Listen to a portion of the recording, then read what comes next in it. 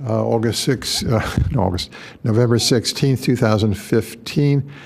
Please rise and join me in reciting the Pledge of Allegiance.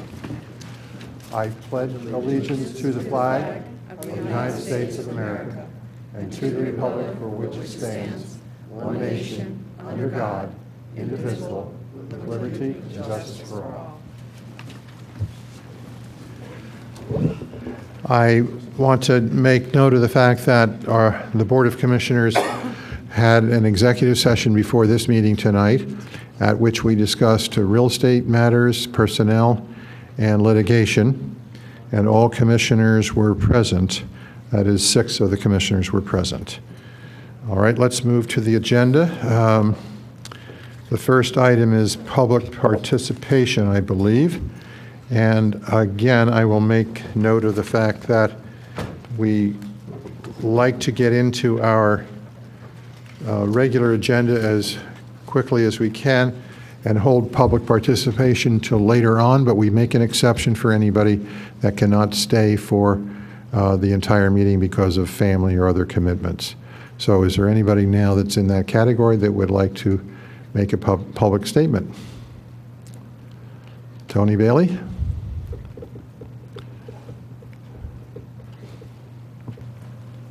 Good evening. I just have an announcement to make. On December 7th, 2015, at 7 p.m. in the Radnor Shire Room, on behalf of the Radnor residents and in cooperation with the Township staff and police department, we ask that all residents, the Villanova community, and anyone who wish to come to this very important meeting concerning arming the future arming of 17 to 20 Villanova police officers at Villanova University. As this is an extremely important meeting, I am expecting all 7 commissioners to please attend this. Please, again, this is December 7th, 2015, and thank you for your cooperation. And it's in this room? Yes. And at what time? 7 p.m. 7 o'clock. All right. Yes, thank you. Thank you for that. Anybody else? Also, with all due respect to my colleague across the aisle, the chairman of the Board of Commissioners, I guess it's our practice that people speak if they have a commitment, but I don't think that that's a rule, so wouldn't want to make it hard and fast.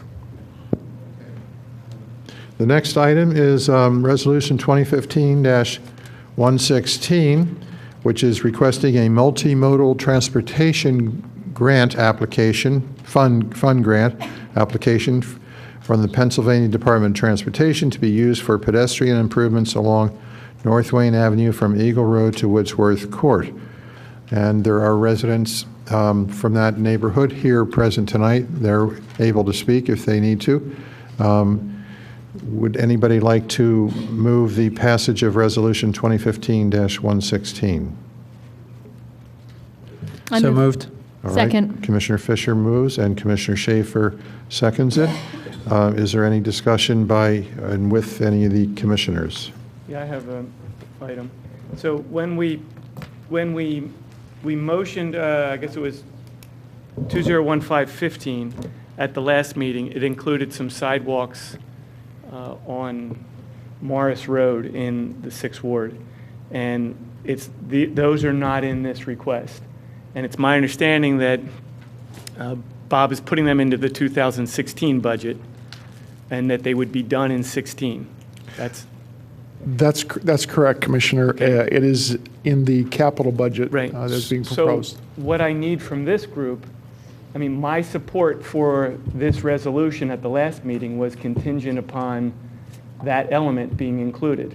And so it's fine to do it elsewhere, but I need this group to voice its support for that particular project. Otherwise, we put it back in this resolution. Didn't we already vote for that? I mean, I guess we voted to introduce it. Last month, if I may, Commissioners, Yeah.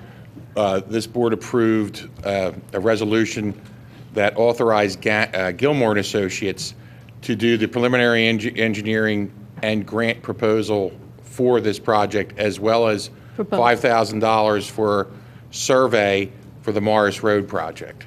And this is the actual resolution that would be sent in along with the grant, noting that the township is prepared to fund the grant, fund our 30% match of the grant.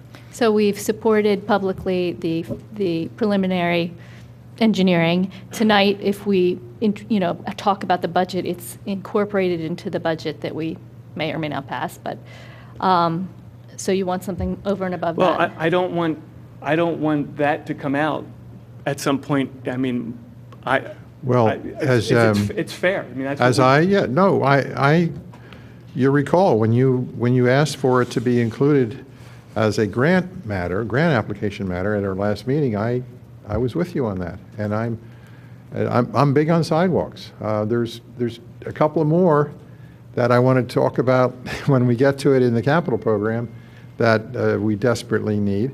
And so we'll do it. So I'm supportive of your request. So what we can do is we can, either if you commit to me that you're supportive of it, you're not going to take that out of the budget, that's all I need to hear. I don't need a motion. I just need you all to commit to it. And then I'll remind you, that you committed to this. If you're unwilling to commit to it, then I kind of want to do both. Then I want to keep it in the budget, but I also want it here in case at some point you decide to take it out of the budget. Well, I think right now it's not in the budget, but the issue was it would have been included in that grant application. To the extent it wasn't, it was going to be added over and above the current budget level of funding. Is that correct?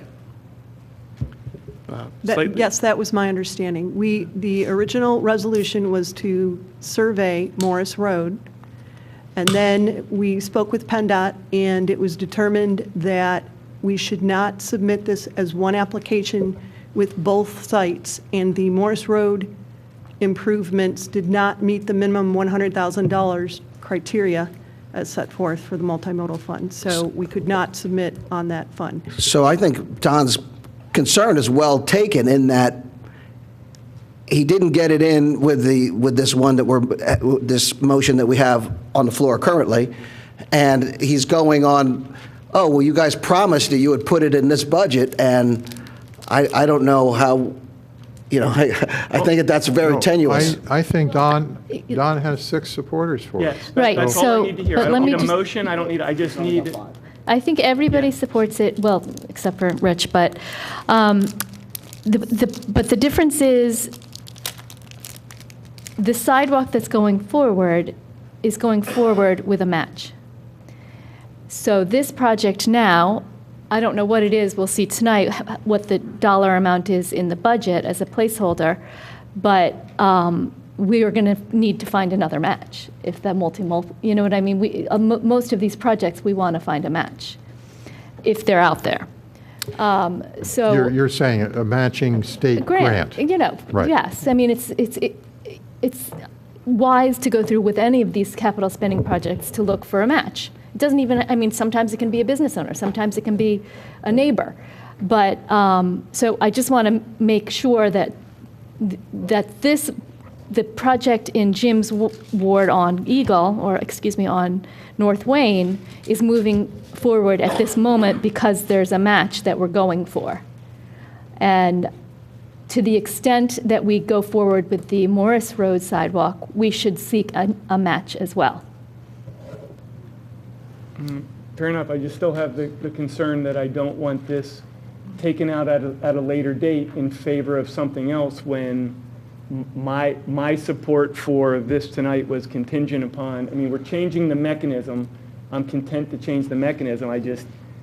You have to tell me that you'll continue to support it. Don, so I don't have the information in front of me about the grant requirements, but it sounds like there's a minimum $100,000 project cost to meet the grant requirements. This specific, the multimodal transportation grant system.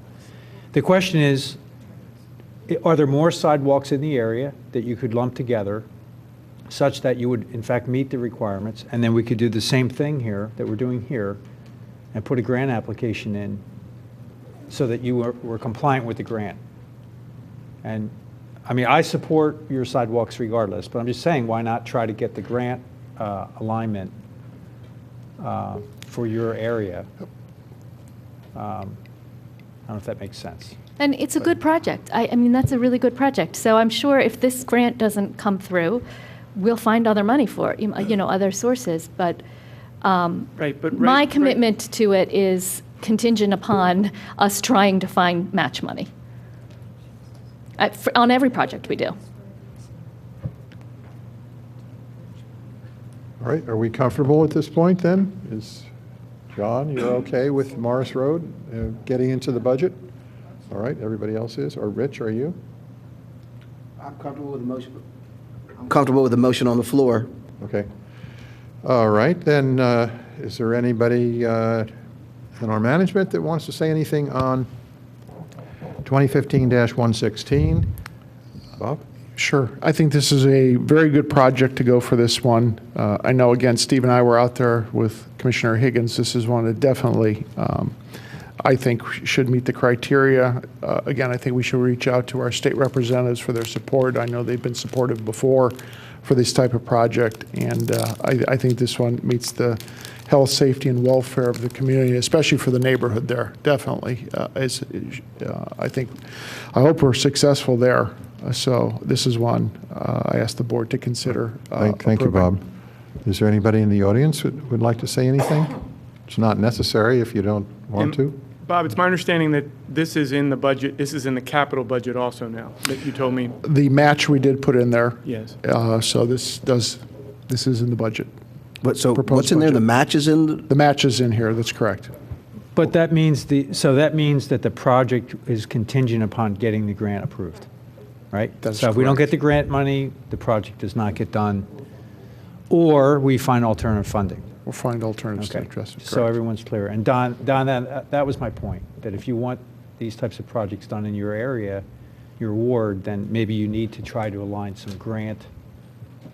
It's really the same thing.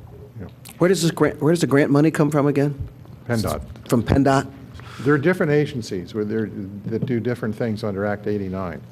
Department of Community and Economic Development does some, PennDOT does some. Okay. Wow.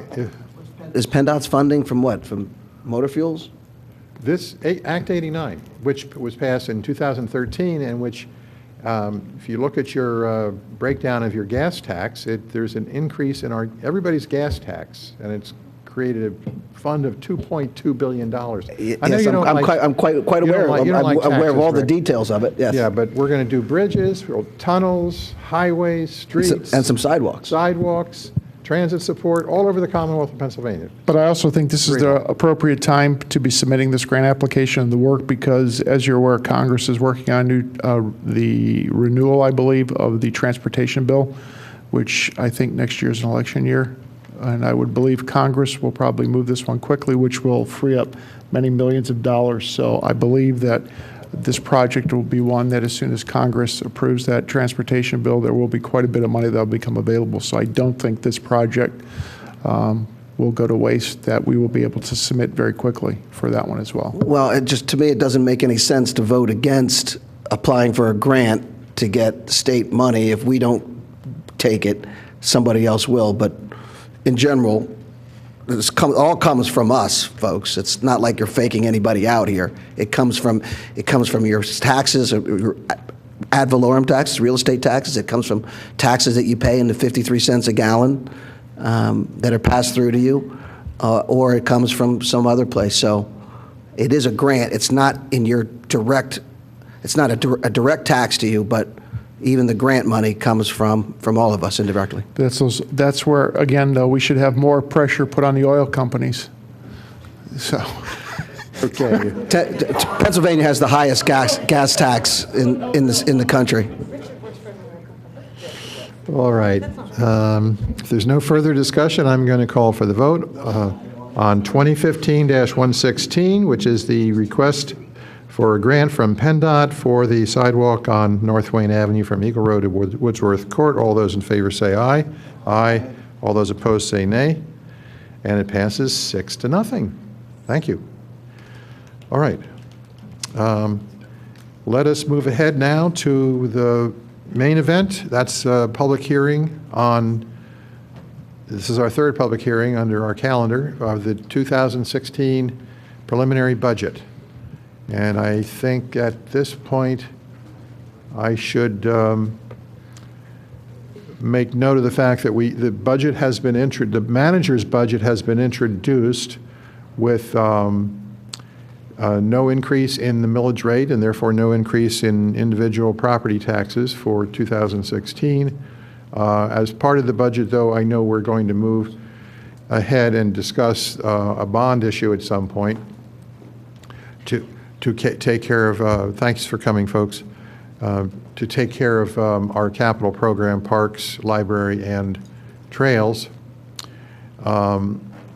So where we are in this, Bill White, do you want to kind of lead us through things? Sure.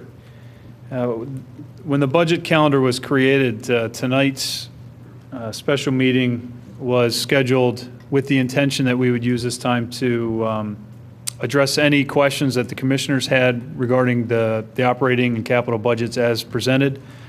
And if you recall, back in October, we outlined a bullet list of some items that would be either new or in addition to the current budget that we wanted to discuss with the board and get direction on. We could step through those.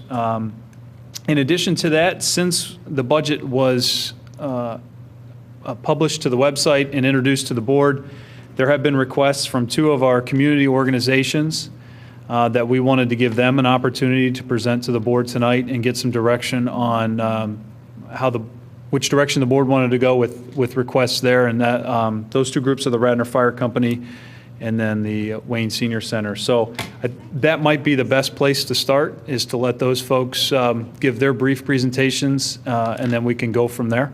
Well, Bill, could we get just a recitation of the current budget that's proposed? Could you go through that quickly? And then for me, that would be helpful for all the community. We are on television, right? We're watching, even though it's not on our monitors. Yeah. I would prefer if we talk about, okay, this is what the total budget is, at least just hit the highlights of maybe, just the top line, and then we can talk about the fire and Wayne Senior Center. I'd be more than happy to do that. I'd like to have the fire company and Wayne Senior Center present so the folks don't have to stay around any longer than necessary. I think It's just out 10 of minutes. fairness to them for being here, why don't we just let them go first? What's 10 minutes? Well, we can wait. No, it's not. We need to do the 10 budget. minutes, Bill. 5 minutes. Bill, would you? I think we should have these organizations come up present. They'll present very short presentations, and then we can use that information and weigh that against the budget that we'll learn afterwards. I second that. Without any great fracture in our relationships, let's do it that way. Let's go ahead with the ladies from the Senior Center. We'll have them come up first. Mrs. Shapiro? Good evening. Can you hear me? Yes. Okay. And this really is a very short presentation. We are grateful to be invited here to present to the commissioners what our needs are. And I did present you all with a sheet basically about what I would say. So if you've had a chance to look at that, it'll pretty much tell you everything. We've been in that building a long time, as you well know, and have always striven to be really, really good stewards of the facility, and I think we've proven that we can and have. In 1990, we did major renovations a little before my time that led to the interior configuration that exists today. People that don't know you, it's I'm Susan Shapiro, and you're the executive director. Right. Of the, Thank you, Jim. I'm sorry. We've made many improvements since then. Over the years, we've added a cafe. We added those big, heavy folding doors so we could make more programming space, added storage space. We've done a lot in a little building. Added a handicapped accessible door and an awning to keep our seniors dry, which was very important to them. And we've nursed along the heaters on top of the roof for quite some time. And 5 years ago, we actually replaced the roof, and that was at a cost of about $55,000. Within the last year, We've spent $105,000 improving the interior of the building. We are, as senior centers go, definitely on the cutting edge of what senior centers around the country are, and that's really evidenced by the fact that we've been nationally accredited since 2008. We wanted to make sure we ensured that elite status for this community, and we knew we needed to update the facility. So particularly because if we're going to attract younger seniors and we want to keep them healthier, and that's why we want to attract them, is to keep them all healthier, they want a spiffier place than what we had, for sure. We got that comment a lot from people. Since we've just finished basically everything that we could do, but in the last 6 months, we have 111 new people who are now members. That is amazing to me. We've never had that many people come with that time frame, and I have to attribute that to the changes that we made on the interior. We feel our job is not quite done. We felt we needed to do that. Two major areas that need improvement are the windows and doors, and that's one. And then the HVAC units are a bit of a problem. We estimate that the cost of the windows will be approximately $37,000, and the cost for we actually have 3 on the roof, but 2 HVAC units to be $13,000, at a total cost of $50,000. Currently, the center incurs very, very heavy utility costs. You can just almost hear and see the air going in and out of, the way it is now. And so we definitely would be getting, the HVAC units would be at a much higher efficiency rating and will reduce energy costs in both ways. I think all improvements will, provide a much greener facility than than the building currently is. And that's basically it, except that I really would like to invite you all to stop by the center because it is so different than it used to be. We're pretty sure you won't recognize the space. I know you know where we are, but when you get inside, you'll feel like you're in a new place. It's warm, bright, welcoming, clean, and modern. Wonderful compliments so far. We're hosting an open house. Maybe you could come then on December 4th during the tree lighting. And there'll be refreshments, hot cocoa, and homemade cookies. And we hope that, and a beautiful train display, which we're going to keep up throughout the holiday season so that the whole community can come and look at it. It is quite amazing. We thank you for your time and consideration. The board of directors and staff, I've told you this before, but I can't emphasize it enough, are passionate about serving older adults in our community, and we really do truly feel privileged to do so. Any questions? Thank you, Susan. So this request is in addition to the regular it's for capital allotment. Improvement, yes. Okay. And have we done this before in prior years, given a capital allotment No, over? never. We've never asked. Okay. I mean, in my 20-some years, we've never asked. Okay. Okay. That's Just out of curiosity, is somebody from Wayne going to do the train display? Yes, somebody that you know. I think I know who it is. Jack Brooks is going to. Jack Brooks is going to do the. That's not the one I was thinking of. Okay, he and another fellow who's at the center are going to do the train display. We did it last year. It was amazing. The eyes of the children. It was just wonderful. Any other questions? Well, I did see the renovated building on Election Day, and it really was nice. Oh, you did? Yeah, it's really great. Doesn't it look new and fresh and? It's been with so many years that you lived with what you had. And I know, pink floors, huh? We have pink floors. I mean, come on. Good. Little dated. Okay. Anybody else have anything to ask? Say. Come forward. Thank you, Susan.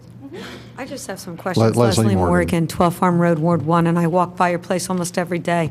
And I often think you are at the front porch, not the library, but this building that the township does own and controls the demographics that's far larger than some would think. It's so important, and I'm not a senior yet. I would love to come some time besides voting. But I'm usually not one for spending money, but the request is so, I would say, entrepreneurial. You should have asked her more. The building looks pretty downtrodden, Jim, still. Now, the inside did improve, but that area, I think people should know, is probably one of the most populated areas in our township because of the train station. So that train station plus the senior center, where that intersection is, probably more people see the visibility of that. And I think that that's a branding issue as well for the town. Forget that this is a senior center. Forget that it's owned by the township and hasn't been touched, and you've never made a request. And some of the other buildings get requests every year. So I am absolutely for this and more. I think you should include painting too, because there's a lot of staining on the building, and I think a little painting in the new windows would be awesome. Thank you for listening. Good luck to the seniors. Thank you. Thank you, Leslie. Okay, Susan, thank you very much. Thank you very much. All right, I think that finishes with the seniors. And we have 3 or 4 men from the Radnor Fire Company. Can you come forward, please? One of you anyway, whoever's going to speak.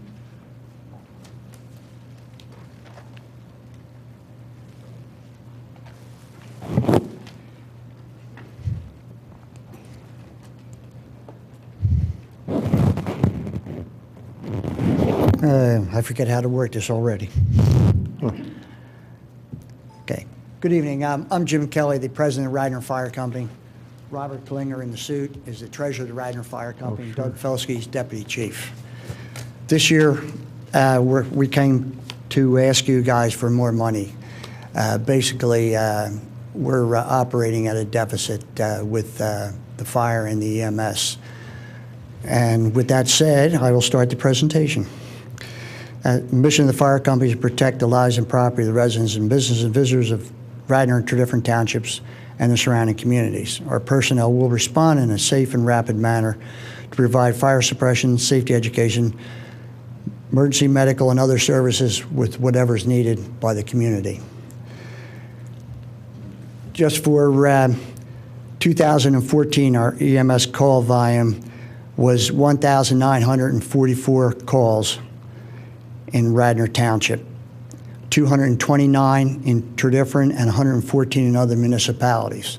Other municipalities is Lower Merion and Haverford Township, because we do cover their sections of the Blue Route, and we cover them on second calls when they're out of commission. Fires, we had 637 in Radnor, 111 in Tredyffrin, and 102 in other municipalities. Municipal funding breakdown. Capital funding, Radnor Township this year is $200,000. Operating is $98,107. Liability insurance, workers' compensation is $72,000, and fuel $17,300. Out of the operating funds that the township gives us to operate, $80,000 of that goes back to the township to pay off our mortgage, which fortunately we only have 2 years left on that at $80,000 a year. Okay, so total less the 16 township building loan deposit is $306,000. Tredyffrin Township gives us $27,700 for operating. This number does not include the Radnor. The relief funding dollars that are provided by the Commonwealth on an annual basis by the foreign insurance tax. The foreign insurance tax is companies that are based outside of Pennsylvania that pay a tax to the volunteer fire organizations for the relief, for paying for like life insurance, physicals, maintaining our equipment, pump testing our equipment, water flow testing, all sorts of stuff that is mandatory by the state. Total of $350,000 is anticipated from this restricted funding this year. This also does not include the hydrant rental fees, which are paid directly to Aqua by the township at a cost of $140,000. Okay. Debt service payments for 2016, we're going to be paying you back $80,493. 2017, our last payment, $80,456, for a total remaining balance on our mortgage of $160,950. Okay. The risk that we have, the EMS billing returns are dropping off, as everybody knows, under this new Health Affordable Care Act, that the cost of back to the doctors and EMS providers is lower and lower, where our costs are getting higher for everything. Every call we run, our costs have been getting higher. Volunteer staffing levels is an unknown. We're soliciting for volunteer members, but anymore the demands of being a volunteer firefighter or EMS are extraordinarily high. Sometimes we go out on a call, a normal 15 or 20-minute call take us an hour. And then we got 2 hours during the week of training. And then if we have EMS that stay overnight, that's 8 or 9 hours that they have to stay at the firehouse away from their families. Unexpected vehicle and building and maintenance cost. Just this year alone, our air conditioners crapped out and we had to spend $26,000. Vehicles, we get them tested for performance, for pumping, and for roadability every year. And this past year, I believe we paid $50,500 just for maintaining the apparatus. Okay, and the level of township funding is sort of an unknown at times. We've been trying to build it up and get more because it's costing us more. This is the financial outlook for year to date from November 2014 to October 2015. As you can see, the EMS billing, we got $640,000. Public support, as a fund driver, we solicit different residents and Radnor residents that we respond to. We got $225,000. Municipal support is $196,000, and back up. Interest $189,000. Interest was $20,000. Investments is $189,000. As you can see, our expenses, our biggest chunk for expenses are our career staff, was $857,000. Administration was $229,000. 94 was the facilities and building, $50,000 fleet, $35,000 ambulance operations, EMS operations. 23 was the ambulance, and that's just the equipment that we had to replace on the ambulance. That's not for the ambulance. That's the equipment that we use on a daily basis.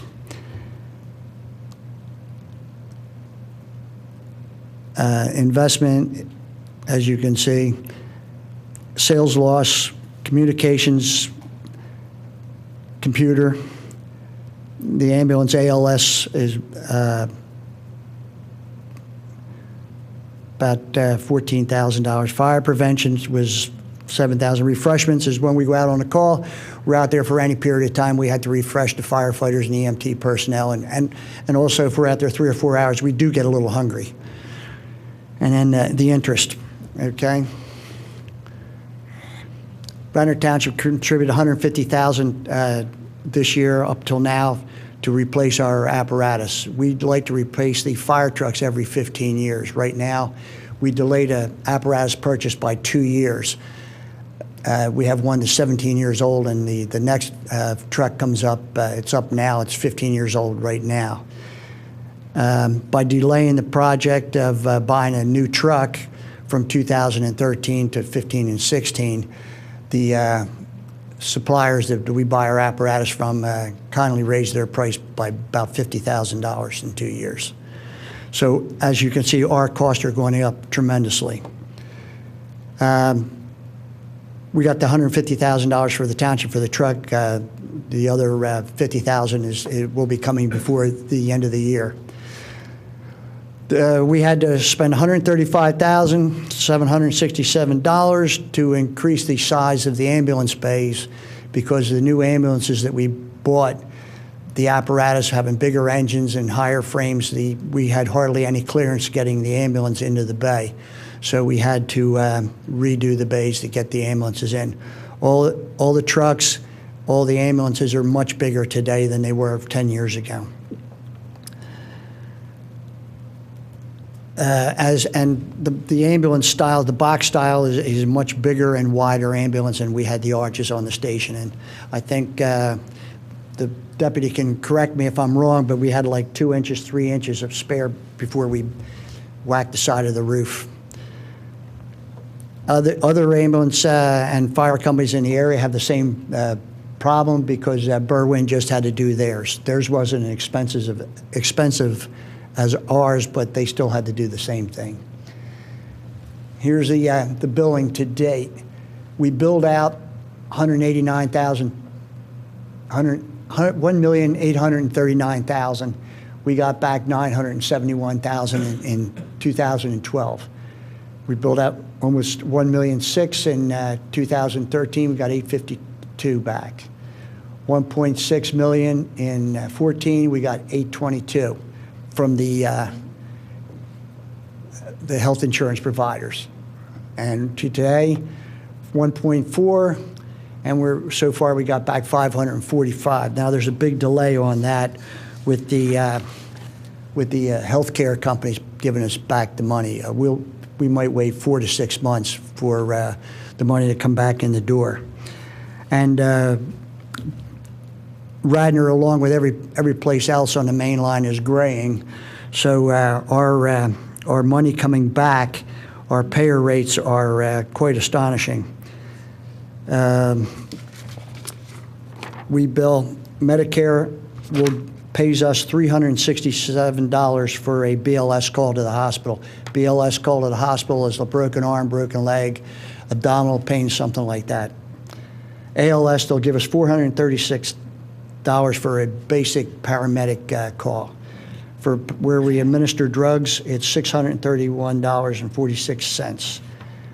Now that's all. We also have sequestration in there. They take some money away from us. We bill out $7.09 per mile. They take back 11 cents out of that for sequestration. Total billable calls, 2014 was 1656. ALS was 932 for Radnor. Volunteer Medical Service of Narberth had 1 call. Berwyn Ambulance ran 1 call on the ALS side. BLS, we had 722 calls. Like I said, we billed out $1,633,000. We got back 822.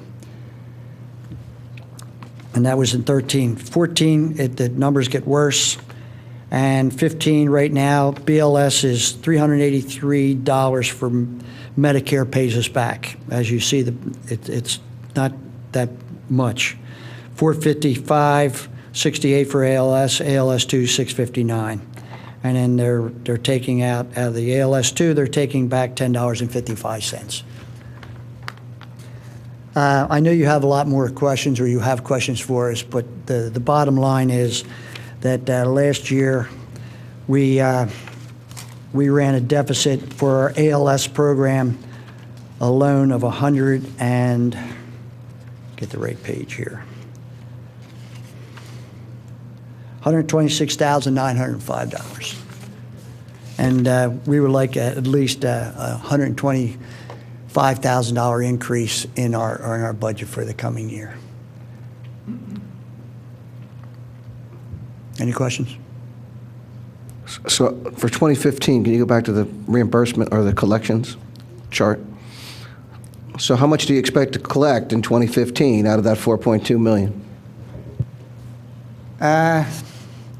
Right now, like I said, they're 1.4 million. I'm sorry. Yeah, they're running about 3, 4 months behind. Am I correct, Max? Yeah, I would project with 2 months left. Mr. Klinger, come on up to the microphone, please. I would project with 2 months left, we end up about 750 to 780. Why do the billings go down overall from 2012? What's driving the reduction in the billings? It's basically driven by the insurance reimbursables and Medicare. That's why we're getting less. The Those number rates. of calls, it seems like the bills, not the reimbursement, but the, The total charges, if you look, Oh. the red bar goes down, the total charges goes down. Yeah, billable calls, if we go out on a call and we do not transport, if we go out on a call and do not transport, we get $0 from the insurance company. As you can see, we got 1,435 billable calls this year. Give us an example of you go out and Okay, you we don't- go out, we got an auto accident, and we check the patient out. The patient says they just got bruises. They do not want to go to the hospital. We try to tell them that they might have a fracture that they don't know about. They might have torn ligaments or something like that they should get looked at. They say that they will go to the hospital on their own. So they sign a release, we turn around and go home, and we get $0 for that call. I guess my question was, 2012, 1,800 calls. Right. 2013, 1,678. 2014, 1,656. And 2015, 1,435. So it's a reduction. is that just because it's only October or November? The 1435 is because it's only, 2 we more only months. have up until October there. Okay. But this year, we're not, we don't think we're going to hit the same numbers that we did 1,600. last year. We can't give you a positive number because we don't know what they are until we answer the call. And you don't know why it's going down, that you have fewer calls? No. So can you give me a little refresher on when we took over the ambulance service and the circumstances of that and what we were paying for it when we used Narberth? I don't really have those figures in front of me. I do not really have those figures in front of me. So, but that was, what was that, like 4 years ago, 5 years ago? We've had 2011. Yes, 4 years ago. 2011. Okay, were we paying for their service? We were. Yes. They were charging the same fees, but none of that money was shared with their fire service. Yeah. So there was a disadvantage there. But the fees were paid directly to them from the patients, and then they would be didn't do any reimbursing revenue us. sharing back to the township. In this case, well, you're not revenue No. sharing, but you're revenue sharing within your own firehouse. It's a little bit different. Also, the insurance companies now, when we send them a bill, say we send them a bill for $1,000, they will send whatever they desire instead of sending it to us, they send it to the patient.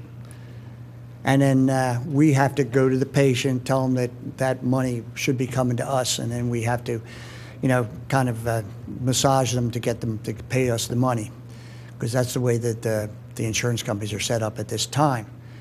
We do have a collection company that goes after people that don't pay or they don't pay what we're asking. We get about 20% of the billing back. We have about a 20% collection rate of the bills that we request. Have you done any analysis of, if this trend continues and the calls are less every year, whether we could cut back on trucks or staff or expenses? So that this, it just seems to me that this deficit is going to continue or get worse. That You wouldn't really want us to cut back on trucks or staff, would you? Well, if you're dialing if 911? the calls continue to go down, then, it would make sense, wouldn't it? But when you turn around and you look at it, the township is responsible for the ALS service for the residents of the township. We're doing it at a rate that all of a sudden it's becoming more expensive for us. We are subsidizing the ALS up to this year for $126,000. Is there a state law that? Just to fill you in real quickly, we do look at that, and we have cut back on staffing in certain areas the ALS and BLS staffing at certain times. Ironically, a lot of these calls end up being duplicate, like 2 calls pretty much at the same time. I don't know why it is, but during the daytime, it's really important to have 2 full crews on station available to take those calls. And but we have looked at it and have done some adjusting, particularly at nighttime, when the call volume drops off, with the exception of when colleges are in session during the weekends. But for the most part, the number of calls drops off in the evening, and that seems to work well for us. Mr. President, if I may, if I could ask a couple questions. One is, Jim, I know you said that the township's responsible for ALS. Is that correct? Yes. So that means the township, if they want to, the township could actually look at some other providers for providing this service, correct? Correct. The other thing, I know you had mentioned that you're on a deficit of about $126,000. Is that correct? Correct. And you said that the township should cover $125,000 of that. I'd love you to cover the whole thing, but Okay. I guess if I was asking, I might be looking at maybe a different approach on that, but that's just me.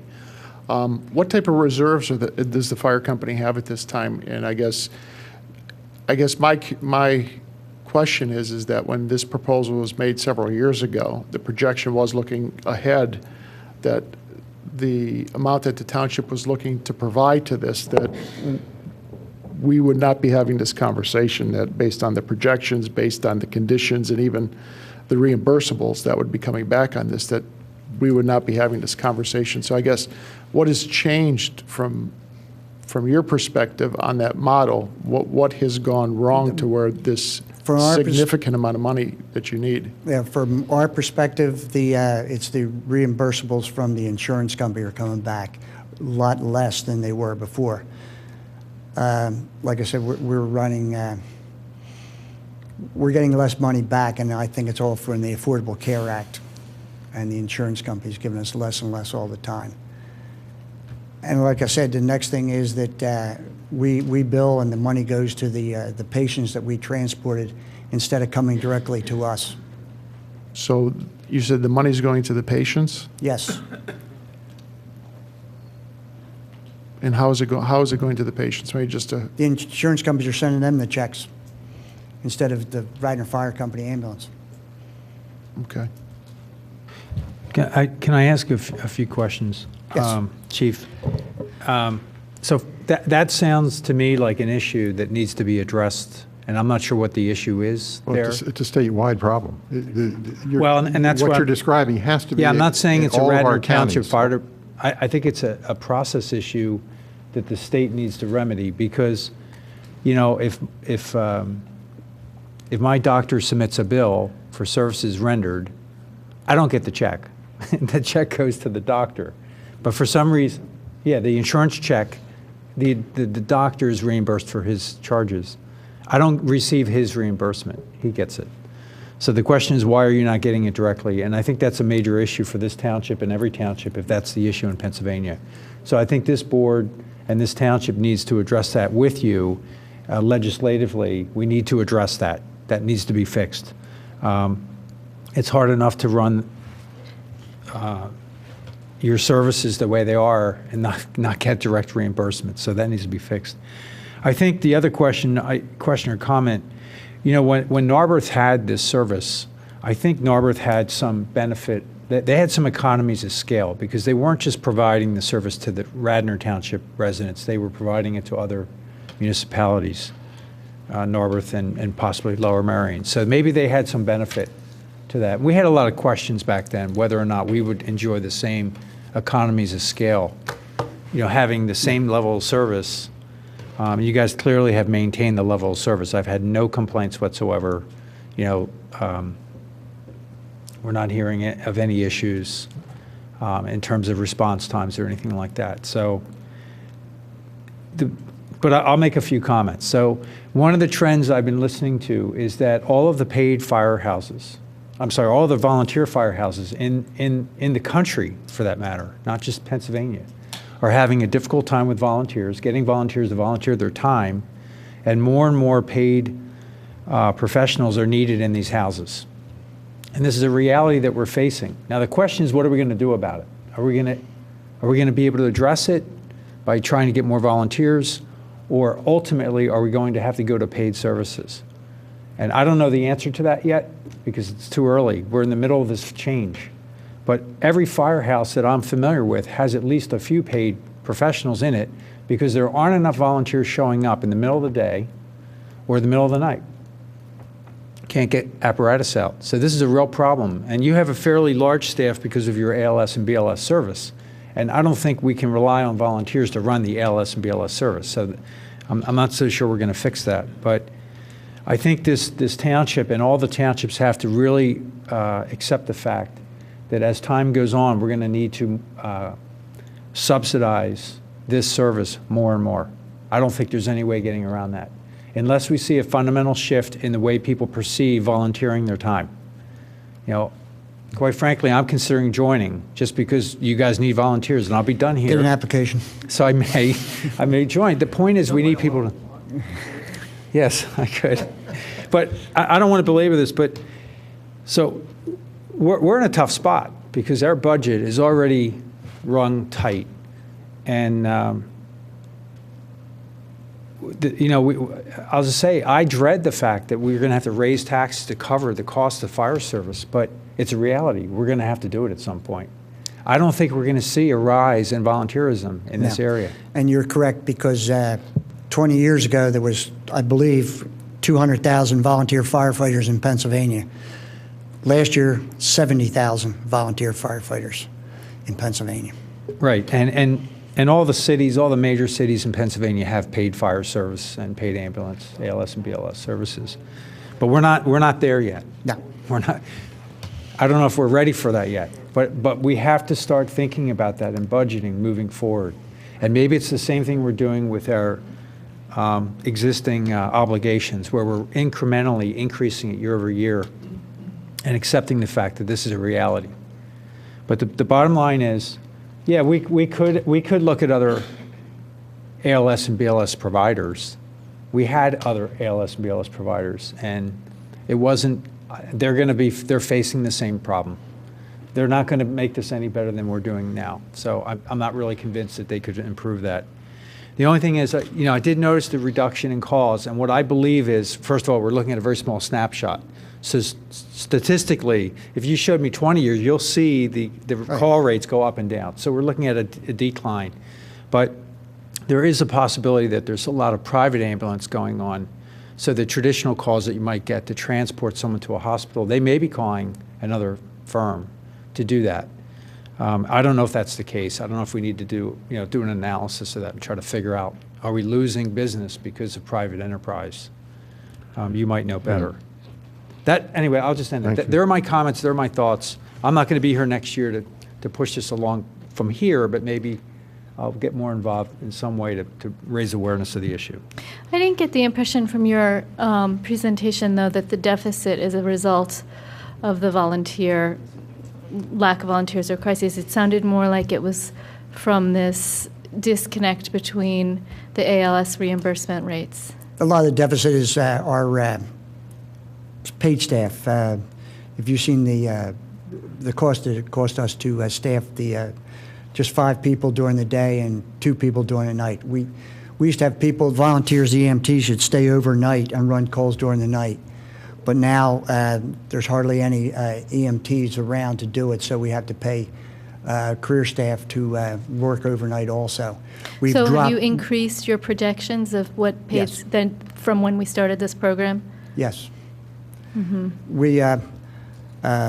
We dropped down from 2.5 crews in the daytime to 1 crew on the ambulance at nighttime. Mm-hmm. And then any volunteer EMTs we get, we can staff a second ambulance if they stay over at the firehouse. And that reduces our cost. Anytime you have a volunteer, it's going to reduce our cost. Well, I mean, I guess I'd say, $125,000 a year, which I'm assuming is going forward because the business model's not working. It's a lot. So, and that sounds a little bit like a floor. And so I feel a little sense of obligation to see if this is the best way to continue to move forward. And it may well be that every single ambulance service provider is facing the same issues. But I do feel that we have an obligation to see if there is a better way that's not going to continue to run at a deficit and cost our taxpayers. I have a suspicion that Commissioner Fisher's right, that probably if we went back to Narberth Ambulance or if we went to wherever else and asked them for a proposal of what it would look like, that it's going to cost more than it did when we used them in 2010. But given the direction this is going with us keeping it in-house, and that the costs are high now and probably going to go up, I feel an obligation that we should check that out. Our ambulance billing also subsidizes the fire side. Right, and that was what convinced us to go, to bring it in, to make a stronger total unit. And that may be where we end up concluding it is again. But given how much money that it's in deficit now and looking forward, I think we have to reevaluate it. Okay. I had a member in my family had an ambulance call a few months ago, several months ago. I remember paying $1,700. Does that sound right? That's what we billed. Yes. Probably was an ALS call. Could I? Well, that's more. I thought we just said you only get $400. That's for Medicare. I'd like That's a refund. Medicare. That's we bill that, and Medicare gives us that. Okay. So that's a Medicare reimbursement. Right. Or Okay. Medicare, Medicaid, explain that, how the reimbursements work. 43% of our billing is Medicare and Medicaid. 7% is no-fault auto and workers' comp. That's 7% of what we bill. 4% is medical assistance and medical assistance HMOs. Commercial medical insurance like INA and whatever, Cigna and stuff, Aetna, is 38%, and self-pay is 8%. So the most of our calls are the elderly, 43%. Is what we get. And as you can, so like I said, today's thing for Medicare is a BLS is $383 is what they give us. We might bill $1,400, but they give us $383. All right, could I wish I had asked all this in the beginning because I'm information starved right now. Do you have written agreements with the hospitals?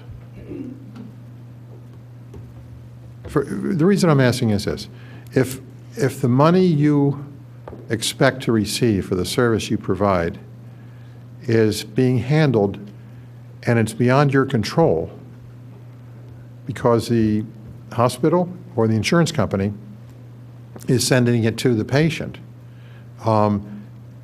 isn't that something that would be covered by your I take it you're not answering me, so you don't have written agreements with your. I'm not sure. Hospitals. I don't do the okay. EMS side so from years when ago.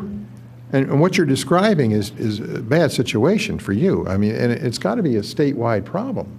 If the hospital. We're not the only ones experiencing the money going to the patient. Well, that's one problem. Right. But the other problem is if I have a plan and I go to my doctor and he charges $140, the insurance company will pay $95.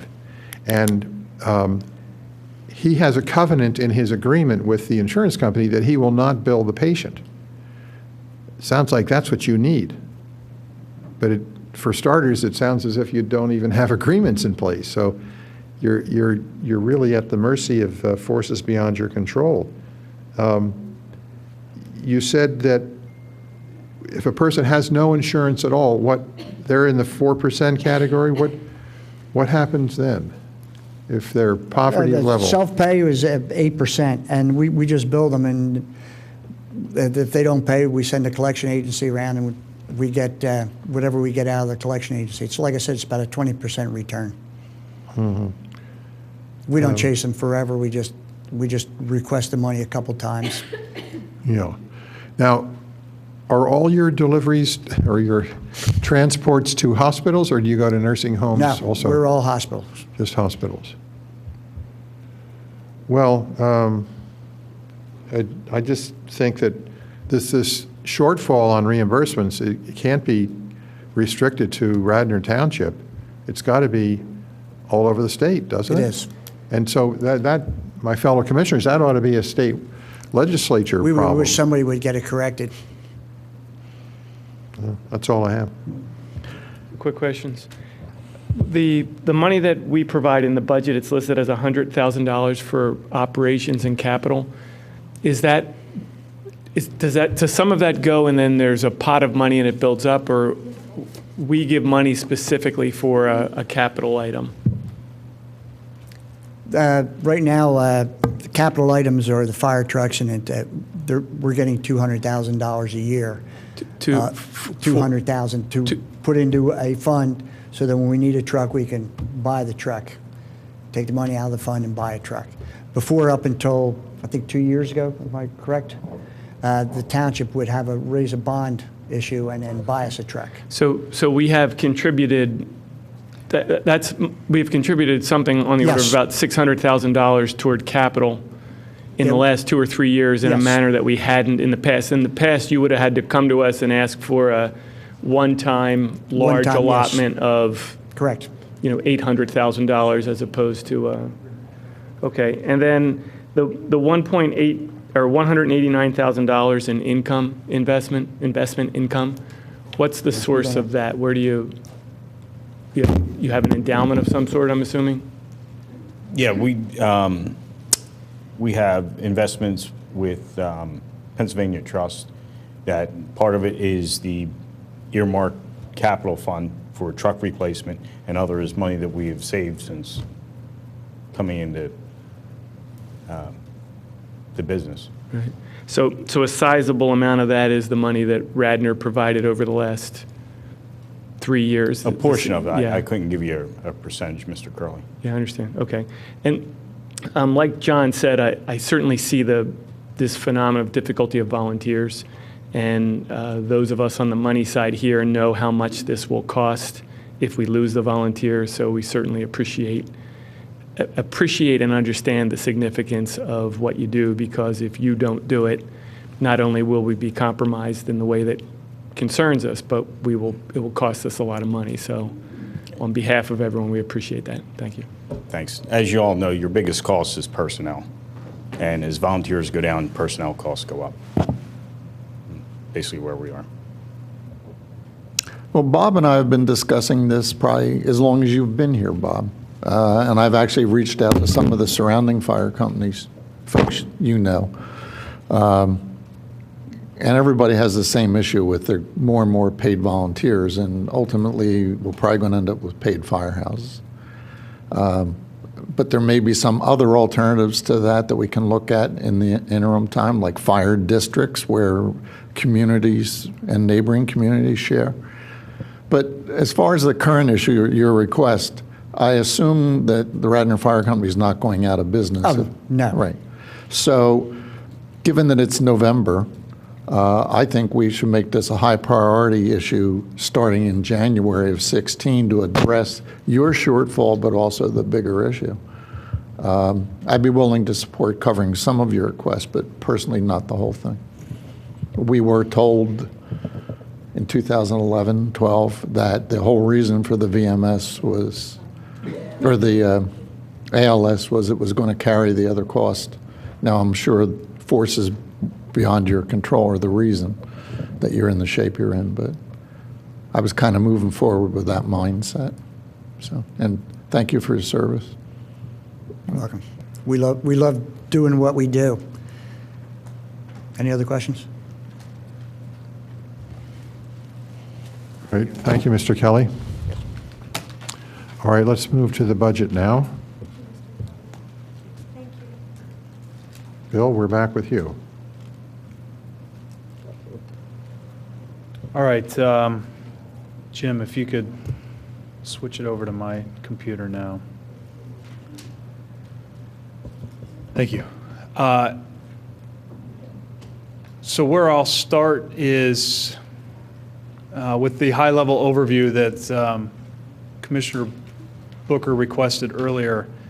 I'm on page 29 of the document. Actually, I'll back up even a step further. So the document itself, hopefully at this point, we've read at least the executive summary, which basically builds the framework of the township from an accounting and service standpoint.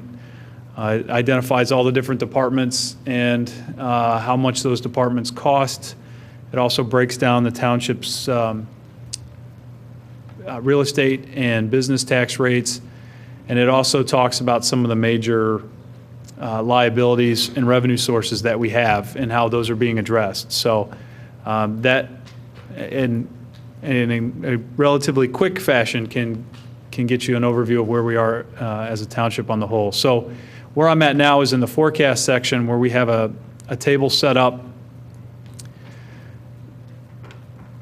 that highlights the township's revenue broken down into three broad categories: real estate taxes, Act 511 revenues, and then all others. As we talked about in October, the Act 511 revenues are the ones that are growing at the fastest rate, have now become the largest source. And those consist of the various business taxes as well as the real estate transfer tax. Then we summarize our expenditures into broad categories, being salaries and wages, payroll, liabilities and benefits, capital, debt, all other operating, and then any net transfers, which the $25,000 represents funding to the Shade Tree, which was established last year. That can be amended at the board's discretion. So when we take a look at 2016, what was presented then in October was roughly $200,000, $240,000 in the black, where revenues were exceeding what we were anticipating in expenditures. It's a bit easier to read. Along with the township's, the general fund balance. Then from there, as we discussed back in October, there are various aspects of the budget that we anticipate over the course of time having some impact financially. We've identified those in the modification section, where we're anticipating one-time revenues from some of the development. The three identified there are Villanova, the project going on there, any kind of development that occurs at the new or at the recently acquired Penn Medicine site, and then the Ardrossan housing portion of the development. The real estate tax assumption built into there is the amount that would be necessary to offset the cost of the bonds that were voted on at the last board meeting. And then we get down to the expenditures. As we talked about back in October, we have the OPEB funding plan. Any kind of changes that we anticipate in our MMO, which affects our pension. For 2016, there's nothing there because it's built into the MMO calculation that was included in the legislation at the end of September. So there's no further adjustments being forecasted for 16 here. And then we talked about some of the various items that would be in addition to what is currently our base operation. Back in October, those included updating the comprehensive plan, a zoning ordinance rewrite, which we didn't have in 16, we had that actually in 17. Police accreditation expense, the expense associated with achieving that. The K-9 budget, which is what we're projecting is going to be the general fund portion of funding that on an ongoing basis. Real briefly, I won't get into too much detail, but the last 2 years have been the evaluation years as approved by the board. Those 2 years were funded entirely through outside contributions, through fundraisers and private donations. At this point, moving forward, it's anticipated that the funding would fall off in terms of our ability to raise it. These funds would only be needed in the event that funding does come up short, but to be conservative, we included it in as an estimate. We included an estimate for emergency management, and the basis of that is that over the last 4 years, we have needed the Emergency Operations Center on several occasions, from hurricanes to major snowstorms to the Papal visit back in September as well. So this would be needed supplies to better operate the Emergency Operations Center. And that was something that was anticipated on an ongoing basis. And then I've added line items, at least for the time being, for the Radnor Fire Company. There was, we just heard the presentation on the EMS support. There was some conversation about additional capital funds. I didn't hear that in the presentation tonight, but we'll fill those amounts in as the board directs. And then finally, the capital program modifications. This consists of the estimates of the borrowing, again, going back to the ordinance that was adopted at the last board meeting. So the total debt service on the three new money components of the bond ordinance are estimated to be about $545,000, and that's why the offset of $549 in tax. So that gets us down to a combined combined operating statement, which again, it shows where the township would be in 16 if everything on this table occurred exactly as predicted. Anticipating that a lot of the one-time fees from the Villanova development come in 16, we would have a large surplus then that could be used in future years to offset any of those deficits, again, to help prevent any kind of millage increase needed for operational purposes. And then we have our fund balances. The fund balance, as written, requires a target balance of 15% on an ongoing basis. Then there's an added layer that if the Act 511 revenue percentage exceeds a third of the township's revenue, that we would add an additional 10% to the fund balance, again, to help mitigate against any large reductions in the business taxes resulting from economic downturns. So the target fund balance then becomes 25%. So this is just a calculation comparing what the target is versus what it's projected to be in each of the years. And it's just arithmetic showing what, the bottom line forecasted here minus the target and any excess or shortfall in the forecast period. So as this is what we talked about back in October as well, but based on some of the larger developments that are going on and relatively, well, a consistent baseline operating budget, the forecast for the township looks in pretty good shape. The only tax adjustment built into this would be the ones associated with the bond ordinance. There's no other real estate millage adjustment included for operations. I should note that the voted millage needed to pay for the Ardrossan open space is not included in this as well. As the accounting for that, this is entirely the township's general fund. Since the Ardrossan bonds are being funded out of the open space fund, that it was forecasted at 0.15 mils. That millage would be needed and would not fall into this schedule. So I should note that.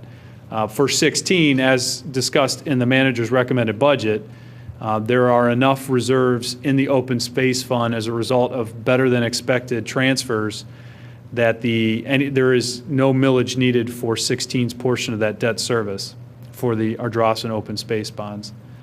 And as discussed in October, there is a definite sunset of that millage when you look at the forecast for the Park and Open Space Fund in 2026. So any year that we can utilize unexpected revenues or cash balance in that fund it's reducing the tax burden of paying for those bonds. Because again, based on the forecast, 2026 will be the hard cutoff. So We're just shortening the number of the years where the millage would have otherwise been necessary. So that's one of the reasons why it was presented not including that millage for 16.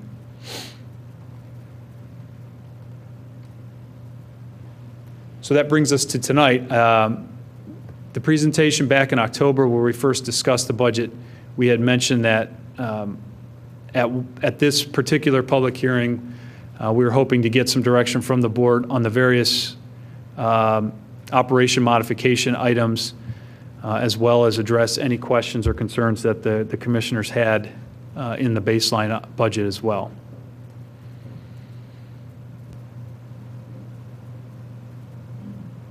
So you have the Radnor Fire Company EMS support line item is not, we don't have a value in there. I would assume that we want to provide some additional funding to them this year. Well, I'm sorry, for 2016. But we also want to sit down with them next year and try to figure out how to understand that gap.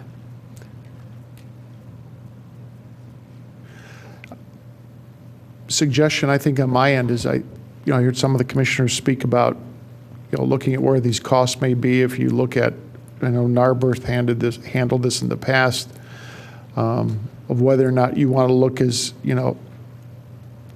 not saying the Radnor Fire Company has not done an outstanding job. I don't think the issue is quality of service. I think we need to look at how these costs line up.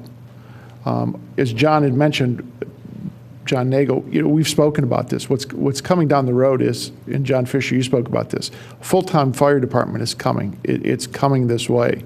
Whether it's 10 or 15 years, that cost is going to be astronomical when that hits.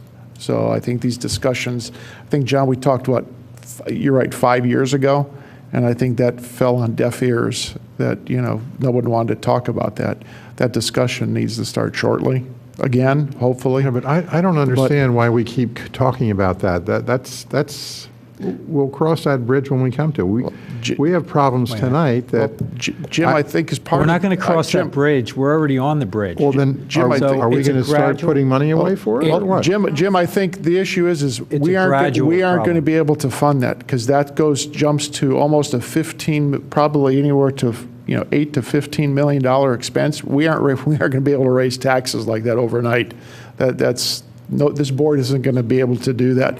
But that preparation too, and that coverage area is going to have to be bigger than Radnor Township. But the suggestion I would have is a portion of this maybe to be funded as the request, which was $125,000. Whether we budget for a quarter of that, take a quarter of that to budget for that, and during that time, if the board wants us to look at, another opportunity just to compare against these rates, and then also pursue these options of these reimbursements, because that seems very unusual that the insurance carriers are sending money to the patients. Well, that's right. I think that seems, whatever we decide on, sure, I think we ought to have a condition that the fire company has to do its due diligence to stop that practice, that the money has to come to you. You're the provider of the service. And second of all, you need to get your hands around the problem of underpayments. As I said, under most insurance plans, the patient doesn't get billed. The provider takes a reduced amount. And here, you're the one that's getting billed. You're the one that's... So I think we ought to get a commitment that somebody has to be working on those two problems. Jim, I think we can also, too, reach out to the fire company, have our insurance carrier, too, maybe try to get some insight of how this is working, and we can assist however we can to work with you. And I'll ask Bob Tate to reach out on that, too, and we'll try to work with you then, too, as well, and see what we can do from our side. And we'll contact any assistance we can. Yeah, we'll contact our state reps and state to help senator on that also. side, too, as well. So any assistance we can provide, too, as well. That's agreed. Actually, there is some legislation pending in Harrisburg now to try and correct that reimbursement problem. There's also, incidentally, pending legislation that may allow us firemen to get some sort of a property tax reduction, assuming commissioners go along with that. So that's also been recently introduced.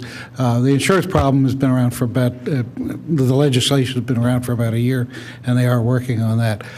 One thing I was going to ask, we discussed this earlier today at the firehouse, maybe some help from the townships as liaison to work with us on some of these issues, so there's a better understanding back and forth between the organizations. And just something not for discussion tonight necessarily, but something to think about.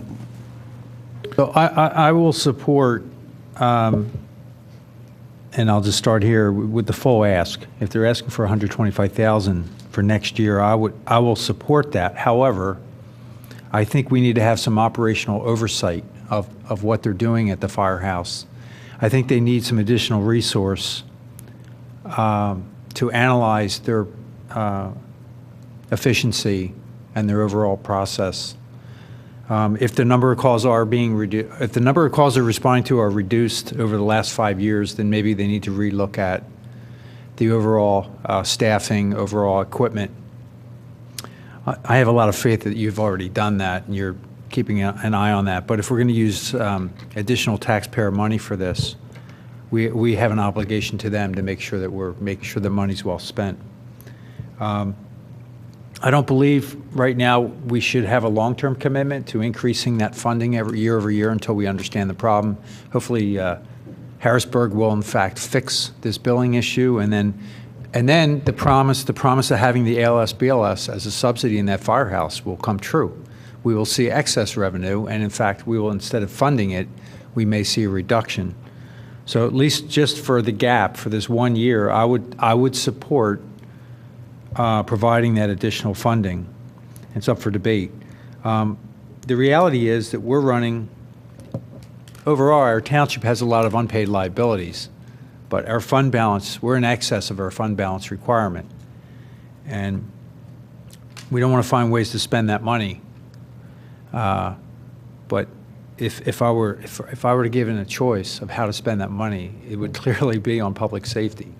That would be one place I'd want to spend it. So you have my support on that ask of $125,000, but we'll debate it. So before we talk about adding on to our budget, I just want to make something clear and make sure I have a clear understanding. The budget, the manager's budget as presented to us was a 0% tax increase. However, that did not include these modifications, which we have to discuss and decide upon, which are the bond payment, which is $544,000, which would be a 4.5% tax increase. In addition, there's the comp plan update, the K-9 budget, the police accreditation, the emergency management money, and now 125 for potentially for the firehouse, which that gaggle of items equals more than 200,000. So that would be another 2.5% tax increase. Plus, we have not talked about the modifications to the capital budget, which if we said yes to the senior center, that's another 50,000, plus the 144,000 that would be the match for the North Wayne sidewalk, plus whatever we're estimating for the Morris. So let's call that another 200,000. That's another 2.5% tax increase. So I think we need to be careful when we say we're going to support these add-ons right now, because every add-on has no revenue source at this juncture.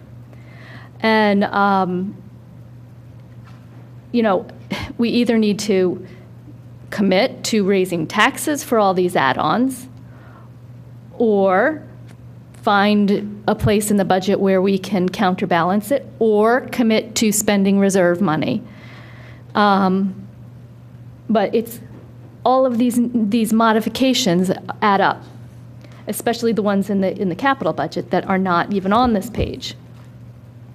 So I mean, myself, I am already 100% committed, and we all have committed to the bond for parks and library and the trails. We've already passed that ordinance. So that's 544 that we are already going to have to figure out a way to fund. And we've talked about a tax increase to do that. The rest of these items, we have to think long and hard about how we're going to fund them if we decide to move forward with them. And especially the fire company one. I mean, that's a big chunk of change. That would be about a 1.5% tax increase right there, just for that one item. So it's something we need to discuss. And do I have that right? I mean, all of these items are not in the manager's recommended budget? Yeah, a couple observations if I could. First of all, with regard to any of the items here, the modifications that are one-time in nature, I would suggest that a tax increase would not be prudent. We can use one-time revenue to match against one-time expenses. So for the comp plan update, zoning ordinance rewrite, those types of things, the accreditation, those types of things, I would not think that any kind of tax adjustment wouldn't even need to be considered for that. When we get into ongoing expenses, as presented here, the K-9, the emergency management, and anything that would be ongoing to support the EMS or the ALS, we may want to consider that. There's probably a dollar amount before that becomes critical. Because again, when we're looking at the forecast, and the whole reason why we built it is so that we could have an understanding of decisions made today, what might those look like 3-4 years down the road. And I know there's some uncertainty with some of the revenue sources that are identified in this, so we'd always have to be careful of that. But if we were talking about $125,000 to support ALS tonight, maybe we want to talk about having a funding source to support that at the same time. So those are just my thoughts on the forecast. Then with regard to capital, and I apologize, I should have touched on this when I started. But as we discussed at the last board meeting with regard to the add-ons for capital, and I'm pulling up the spreadsheet. So what we did is we went in and we added the township's share of the North Wayne sidewalk. Again, this is our share after the grant if we were to be awarded. Sorry. So if we don't get the grant, then we have to come back to the board to reconsider that. Then we added the cost for the Morris Road, and that's estimated at $66,000. That includes construction, engineering, and everything. And as we discussed at the last meeting, we went through and identified other, well, for the senior center, we also added the $50,000 request to improve or to replace the windows and the heating units at the facility, as well as a safety issue with regard to a sidewalk to transition between the upper and lower parking lots.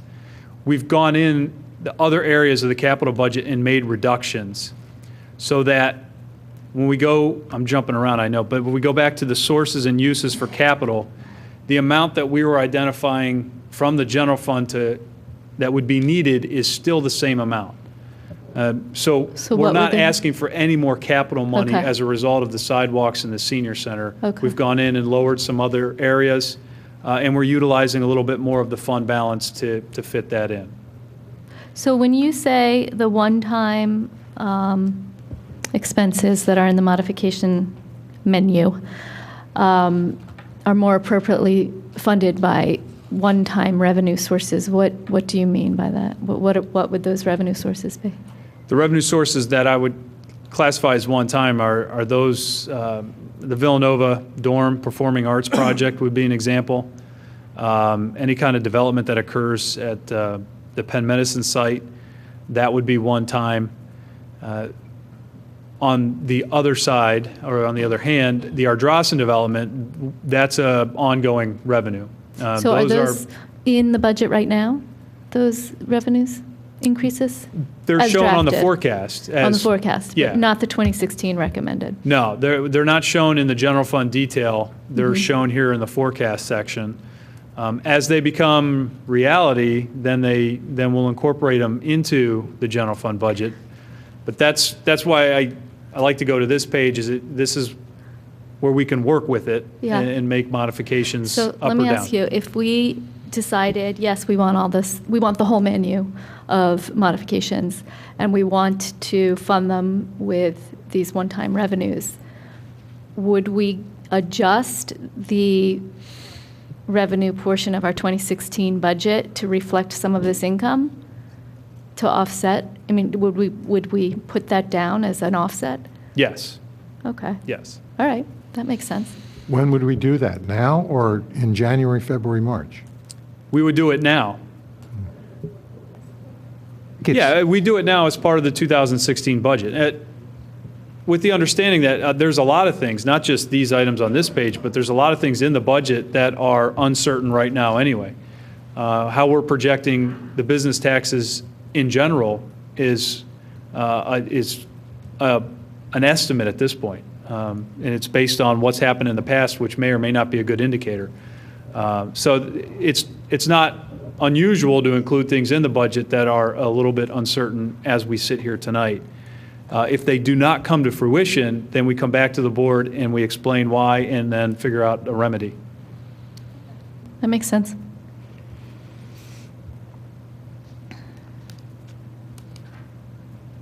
So, Bill, can you explain to me again about the Ardrossan millage? So last year, 2015, we did a bond issue, or 2014, we did a bond issue for Ardrossan. At the time, you covered it with miscellaneous, you covered the portion that would have been a tax increase with miscellaneous revenues, and also it was covered by the open space fund, et cetera. So now you're saying 2016, you don't have anything in there for that Ardrossan bond voted millage. But what about 17, 18, 19? They're also on your page 29 here, blank as well. So it sounds to me, as I recall, that couldn't be the case, that that's going to, you can't cover that without additional revenue over and above the open space fund at some point in the out years, or is that not correct? You are correct. The reason why it's not on page 29 is a forecast of the township's general fund. And being that the Ardrossan millage is outside of the general fund, I didn't want to confuse the issues with that page. Bear with me just a second. I'm trying to find a spreadsheet that is the information behind this incredibly small document up on the screen. I'm trying to find something that I can make bigger. But what it does is it forecasts the Park and Open Space Fund. And what I'll do is I'll blow this up and just kind of go column by column. So it has each of the years forecasted out through the life of the open space bonds, the Ardrossan ones. Well, both the Ardrossan and the ones that were issued back in the late 1990s and early 2000s, which will mature after 2026. So it takes, what we're forecasting is we have a known expense, how much we're going to be paying on the 2009 bonds, which are now the 2015 bonds. We refunded those earlier this year. We used a portion of general fund money. If you'll recall, when we purchased the open space at Ardrossan, we used a portion of general fund money to keep the borrowing less than $10 million, so it remained bank qualified. This represents the repayment amounts from the open space fund back to the general fund. We have the new debt service on the 2014 bonds. So we have our total estimated debt service expense. Well, it's listed as estimated. Those are fixed costs at this point. Then we forecast out the realty transfer tax revenue, any kind of interest revenue. We had bond closing costs and premiums and proceeds going through the first couple of years. That's the larger amounts you see here, but the $200 is just a rough estimate of interest revenue in the out years. And then we have a resulting net surplus or deficit. So for in the column, I know my year disappeared, but this is 2016 here. we're forecasting a 550,000 roughly in deficit. We are not, at this point, recommending any millage be added for 16 to fund this gap here because there's 760-some thousand in cash balance. So we're recommending that we utilize that cash balance, which will bring us to roughly 218,000. Then when you look starting in 17, you can see with the debt service amounts being what they are,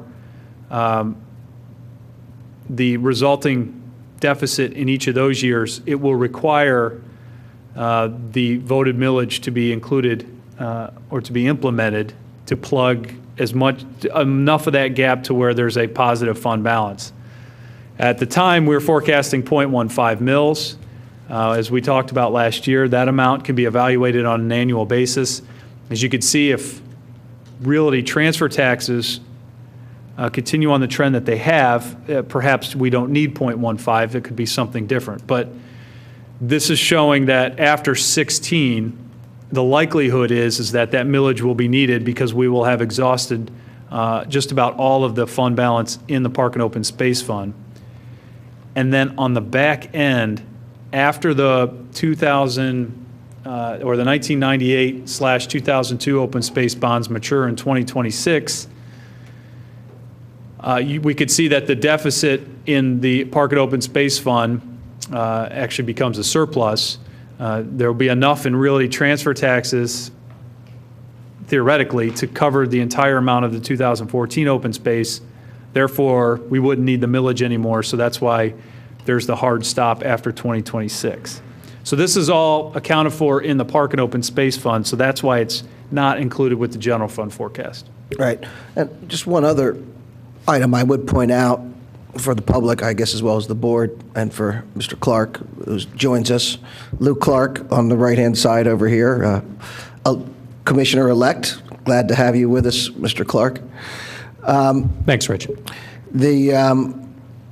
With respect to our debt service for the already previously approved new money bond, I think you had $544,000 for debt service. That is correct. When we last talked about this, we said we would do 2 bond issues. One, it's about $11.5 million total, or say $12 million, roughly $6 million in 2015 and $6 million in 2016. We have approved spending that much money, but a new board does not need to, in fact, issue the second $6 million in debt in bonds. So we don't need. There's nothing compelling that. Although it is approved, it is not necessary that the bond issue, the second bond issue, go forward. So it doesn't need to be $544,000. Well, you're correct. We were required to split that up into 2 separate issues to satisfy a couple of issues regarding IRS and borrowing limits that I won't go into detail tonight. But so the first, we did split it roughly in half. The first piece we have executed, and that was the refunding piece, which was a little over $3 million, and the borrowing for the library. So that piece, pursuant to the ordinance that was adopted, has been executed. So that part of it is done. The second part, dealing with the trails and the park improvements, technically could, if the board adopted an ordinance undoing the other ordinance, we could hold off on. Kind of puts us in an awkward spot because the ordinance on the book says to borrow the money. So direction on that would be appreciated, so we know we're rowing in the right way. Well, I put it out there because it is something that, as the board changes, it'll be up for review again. It's in a new year, it'll be a new authorization, and it'll have to be revisited, and it's not necessarily a foregone conclusion. No, but for the majority of the board who passed the parameter ordinance and who plan and support the issuance of the second half of the bond, it would be irresponsible to not account for it in our budget. So if if the scenario does occur that happens, we do account for it in our budget by raising revenue for the payments. And then in January, the board changes its mind and introduces an ordinance to renege on the parameters ordinance. That same board could also vote to retract the tax increase or whatever revenue source. But the point of the matter is, if the majority of the sitting board that's passing this budget has decided and continues to believe that the bond is a worthy endeavor, we will have to fund it, and that will be reflected in this budget. Well, I think that goes without saying. If the board wants to spend money and they think it's worth it, then they should do it. But I just want to also note that the point is, it is not chiseled in stone that all of those bonds have to be issued.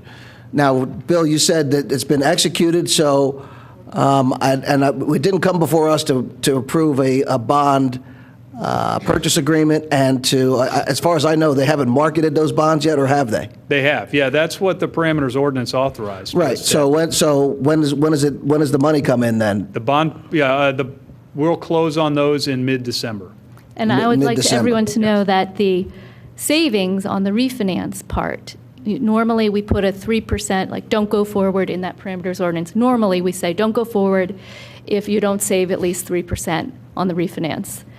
I think in this case we were willing to be a little bit more flexible because of the library bonds. But in any case, I believe the savings was 4.8%. Is that right? 4.8% is what we saved in the refi. So good news. And that equates to $40,000 a year in debt service, I guess. Yeah, not even that much. Not even that much, isn't it? 30. So they executed very well, but we're talking very relatively small numbers for a township budget in any event. So there was some savings from that, and that was well done.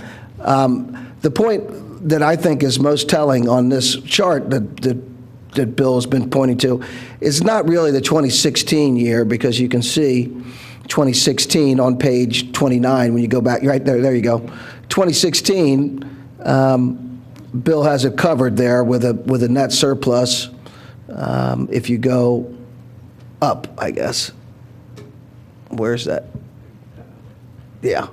See the 240 base net revenues, right? So 2016 we're okay, but when you see the red comes in 2017 and 2018 with a negative 1.1 million, and then a negative 937 and a negative 1.2 million. So that's the issue, folks.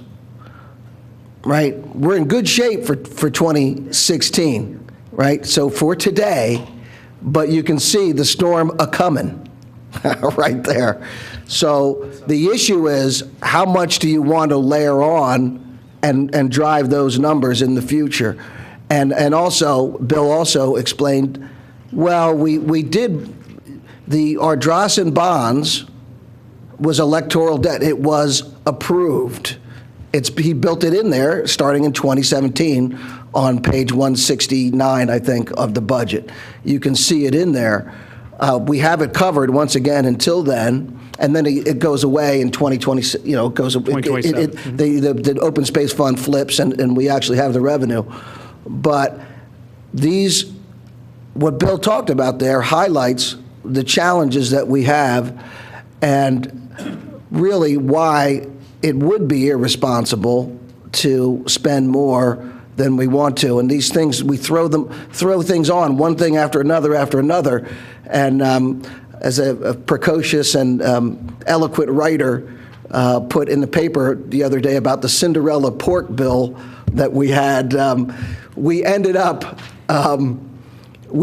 adding, right? So the theory was we're going to pay for Clem McCrone, and we're going to pay for the Radnor Library on a bond issue, and that would have been about $4 million, and we're at $11 million because everybody heaps everything in.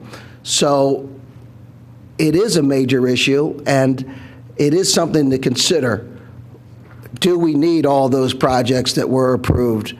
And a new board coming in January can revisit it, and we can get back in order. I think also it is very concerning to rely on one-time revenues. You see, we have projections in there for Villanova and for Penn Medicine. We don't really have a schedule for Penn Medicine at this point. We don't know. I think probably Bill's about right there. He's got a conservative view with respect to that project of the increasing revenues. The Villanova number seems high to me at $2.4 million. As Ms. Galley and others have pointed out, there's significant issues with the Villanova development, and it could be delayed due to sewage effluent considerations and some other concerns. So we're building in revenues and perhaps giving a false sense of security with respect to ongoing, or with at least the one-time revenue that we're showing in here. So again, I think we need to curtail and limit these ads. We can't have these add-ons, everybody coming. People, when we need the budget to be reviewed, we can't have one-off presentations.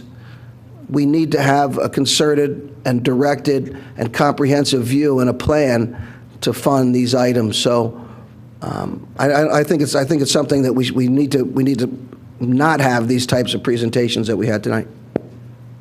All right.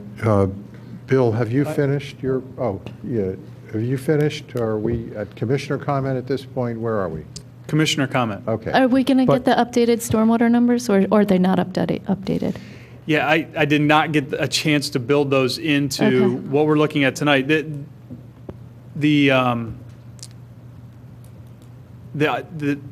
Those funds are segregated into their own fund. Right. So we could almost have that discussion kind of on its own track. Okay. I think for what we're looking at, tonight, for at least to give us direction, is how do we want to treat some of these other items, and where are we going in terms of the ordinance that needs to be introduced a week from tonight. Okay, but we have to approve of this stormwater when we introduce. We're approving the capital budget and the general fund, or no? Yeah. When the budget's adopted, we are approving appropriations or allocations of funds for the various projects. When those projects, if we were to move forward with them, they have to come back in front of the board for specific approval. So while it's outlined in a budget, just like we do with the vehicles, for example, they're identified in the capital budget with amounts, and we appropriate for them. But when it's time to buy them, we come back to the board January, February with specific resolutions. So it's not like it all has to be bundled in and ready to go next Monday.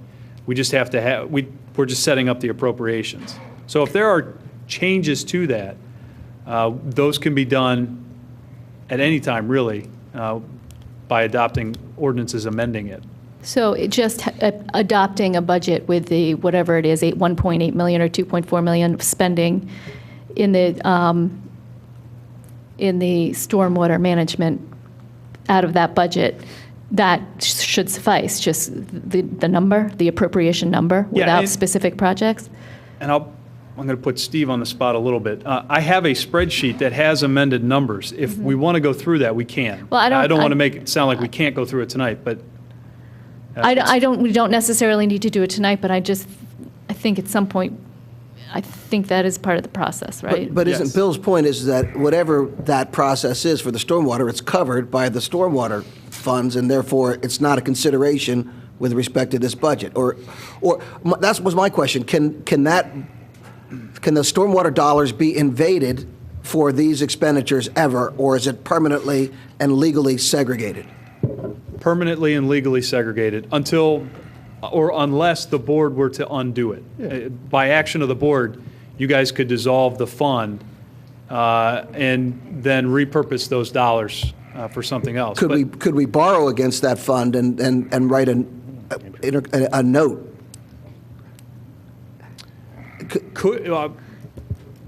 My initial reaction to that is probably. I don't know the legal specifics. But in any event, the stormwater budget we're talking about is planned to be covered by those existing revenues.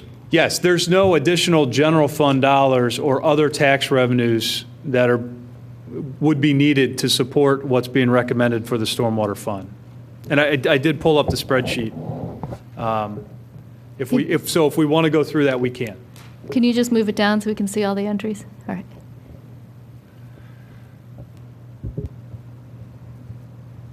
So is F 2015? F 2015, okay. Commissioners, if I may, so in the original version 1 manager's budget, there was a 5-year capital plan prepared by the Stormwater Management Advisory Committee. Thursday night, they did make some modifications to this budget, and we have Paige Maas in the audience, who's the vice chair of the Stormwater Management Advisory Committee. In the event there were some questions on methodology, I can speak to some of the projects, but if there was a methodology question as to why things were lumped where they were, Paige is here. The Stormwater Management Advisory Committee has, through some emails today, let me know that they would love to refine this further, but we were under literally a one-day deadline. So this is what was put forth as of Thursday night. I'd rather have the chance to review it I'd rather have the chance to review it before you bring it to me, because I think I can be a little more comprehensive with it. So I guess, let me just address this again. Would it be fine to just pass the budget with the lump sum in it and then have them refine their budget and then we could work with them? Another option might be that when the 2016 budget is adopted, the stormwater fund is 0.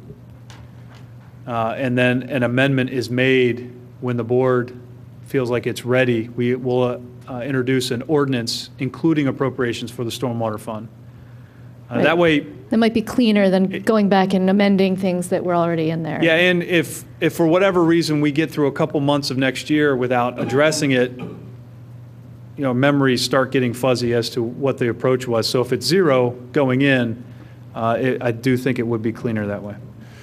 I also think there's some questions as to process of how the board wants to proceed, whether or not we're jumping ahead or want to go backwards on this. So I think some of it, the process, if we want to do modeling or design work, how we want to proceed with some of these. So I think this gives a lot of time for the committee and staff and commissioner input on this before this is developed. So I think this kind of goes in line with, I think, what Bill's looking for, as well as I think what the board is looking for too. So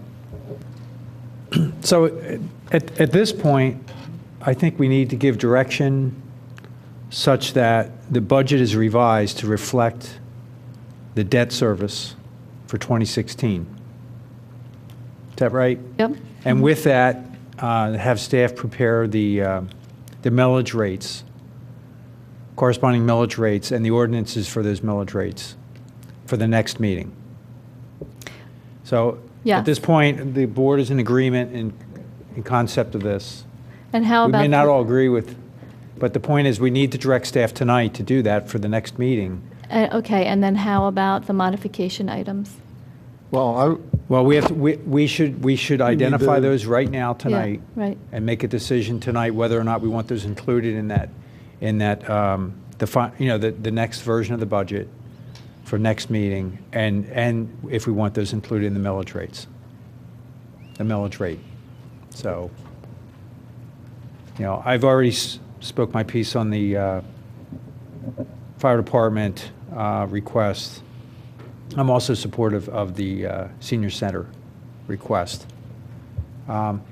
Again, my position is, to Bill's point, that I want to treat the fire department as a one-time request, because I'm hoping that in 2016, that maybe even an ad hoc committee is formed to review the fire department's operations and try to get a hold of and a handle on whether or not we need to fund that immediately, or maybe there can be some operational adjustments such that funding could be deferred in 2017. As far as the senior center, I consider that a one-time appropriation. We have a lot of sources of one-time revenues. Not only are they the things that Bill had described, but we're forgetting the most obvious, that we have a lot of Act 511 audit money that came in the past 12 months. And we're likely to see some more of that come in the next 12 months. And those one-time revenues, I don't know what the total was for 2015, but it seemed like quite a bit. Bill White, I have a question. Just off the top of your head, you were talking about one-time revenues, and we include Act 511 audit findings as one-time revenues, and we've appropriated them that way in the past. Yes and no. We put a conservative estimate in the annual revenue for audit proceeds. Okay. So to that extent, we are expecting to realize a certain level of audit revenues. Anything over and above that falls more onto the one-time or excess revenue category. So for 2015, year-to-date, did we exceed the expected levels? Yes, in each of the last 4 years, we've exceeded. We the have, level. and so we would at least. I'm trying to figure out how we got to this excess fund balance, and how much of that excess fund balance can I treat as one-time revenues, and some not. Some are just overall increases in Act 511 collections, realty transfer tax collections, fee collections. Are you looking for a specific dollar amount? No, or just in general, this should be categorized? I'm trying to here rationalize the fact that I want to give the fire department $125,000 and I want to give the senior center $50,000 as a one-time appropriation. And I want to be able to say that I'm taking it from one-time revenue sources that are in the excess fund balance from 2015 and before. Is that a fair? I mean, I don't want to misstate it. Yeah, I don't know if this helps or not, but with the $50,000 for the senior center, we went into the 16 capital plan and added that and reduced in other areas. So I'm not sure if you tell us no, undo that, we can. We're going to have to fight to get that out, John, at this point. But I mean, It's in. Yeah, we're making the recommendation that since it's our building, So, all right. we're So I supporting it. guess what we need, if we want to go through and debate the fire department funding, because before the meeting ends tonight, we need to give staff direction on what what items to include, and also to set a millage rate for the next meeting. 'cause Well, the that's- fire we need department to have funding a and the millage other rate. four modification items that are proposed. Mr. President, if I may, and I ask this to the board, would it be possible to take a 5-minute recess to the board? Let us kind of talk through basically what we heard from all the board, give us a chance to kind of look through some of this and see some areas that maybe we can defer and that to try to meet some of the goals of the board. Would that be Yes, possible? I'd like to, I was patiently waiting my turn, quite frankly. Sure, So if we can. I'm going to, and mine's more general. John, your approach is accurate. I think we have to do that before the evening ends. So, Bill, the fund balance for the capital fund on page 117, you and I had talked about this. What's the target that you're going to set for 16? We're going to be closer to 200,000, unless Down from 855 at the last iteration. Yes. So there's a sizable amount of money that would otherwise have been sitting in reserve at the township that somehow, it's like the metaphor of the balloon that you're blowing up, it's coming out someplace else. Right. And it's going to be distributed. We're going to get another iteration of this document, and that money is going to be distributed throughout this document. Yes. Okay. And it's probably funding the sidewalk projects we just talked about, the Wayne Senior Center, if not directly, indirectly. Well, directly, yeah, Okay. in combination with all the other items in Right. the plan. So generally, this is in support of Rich's idea that we have another decision to make in January, February, about upwards of about $6 million, correct? For the second part of that issue? Or maybe even more than 6 Well, million? yeah, it would be a decision not to go forward. Yes. So as I see it, we should have CARFAC doing the evaluation, when it was approved. Some of you that approved it talked about how our borrowing position is better than it was, in previous years. And that may be true, but we were never presented with anything to that effect. So my opinion is that we should make that kind of analysis. We should direct CARFAC to do that kind of analysis. I don't know what the unit is, but I would imagine that people who work in this on a day-to-day basis can tell us what the unit is, and we should have that, rather than just have it put out that our borrowing position is better than it was in 2009, we should have somebody evaluate that.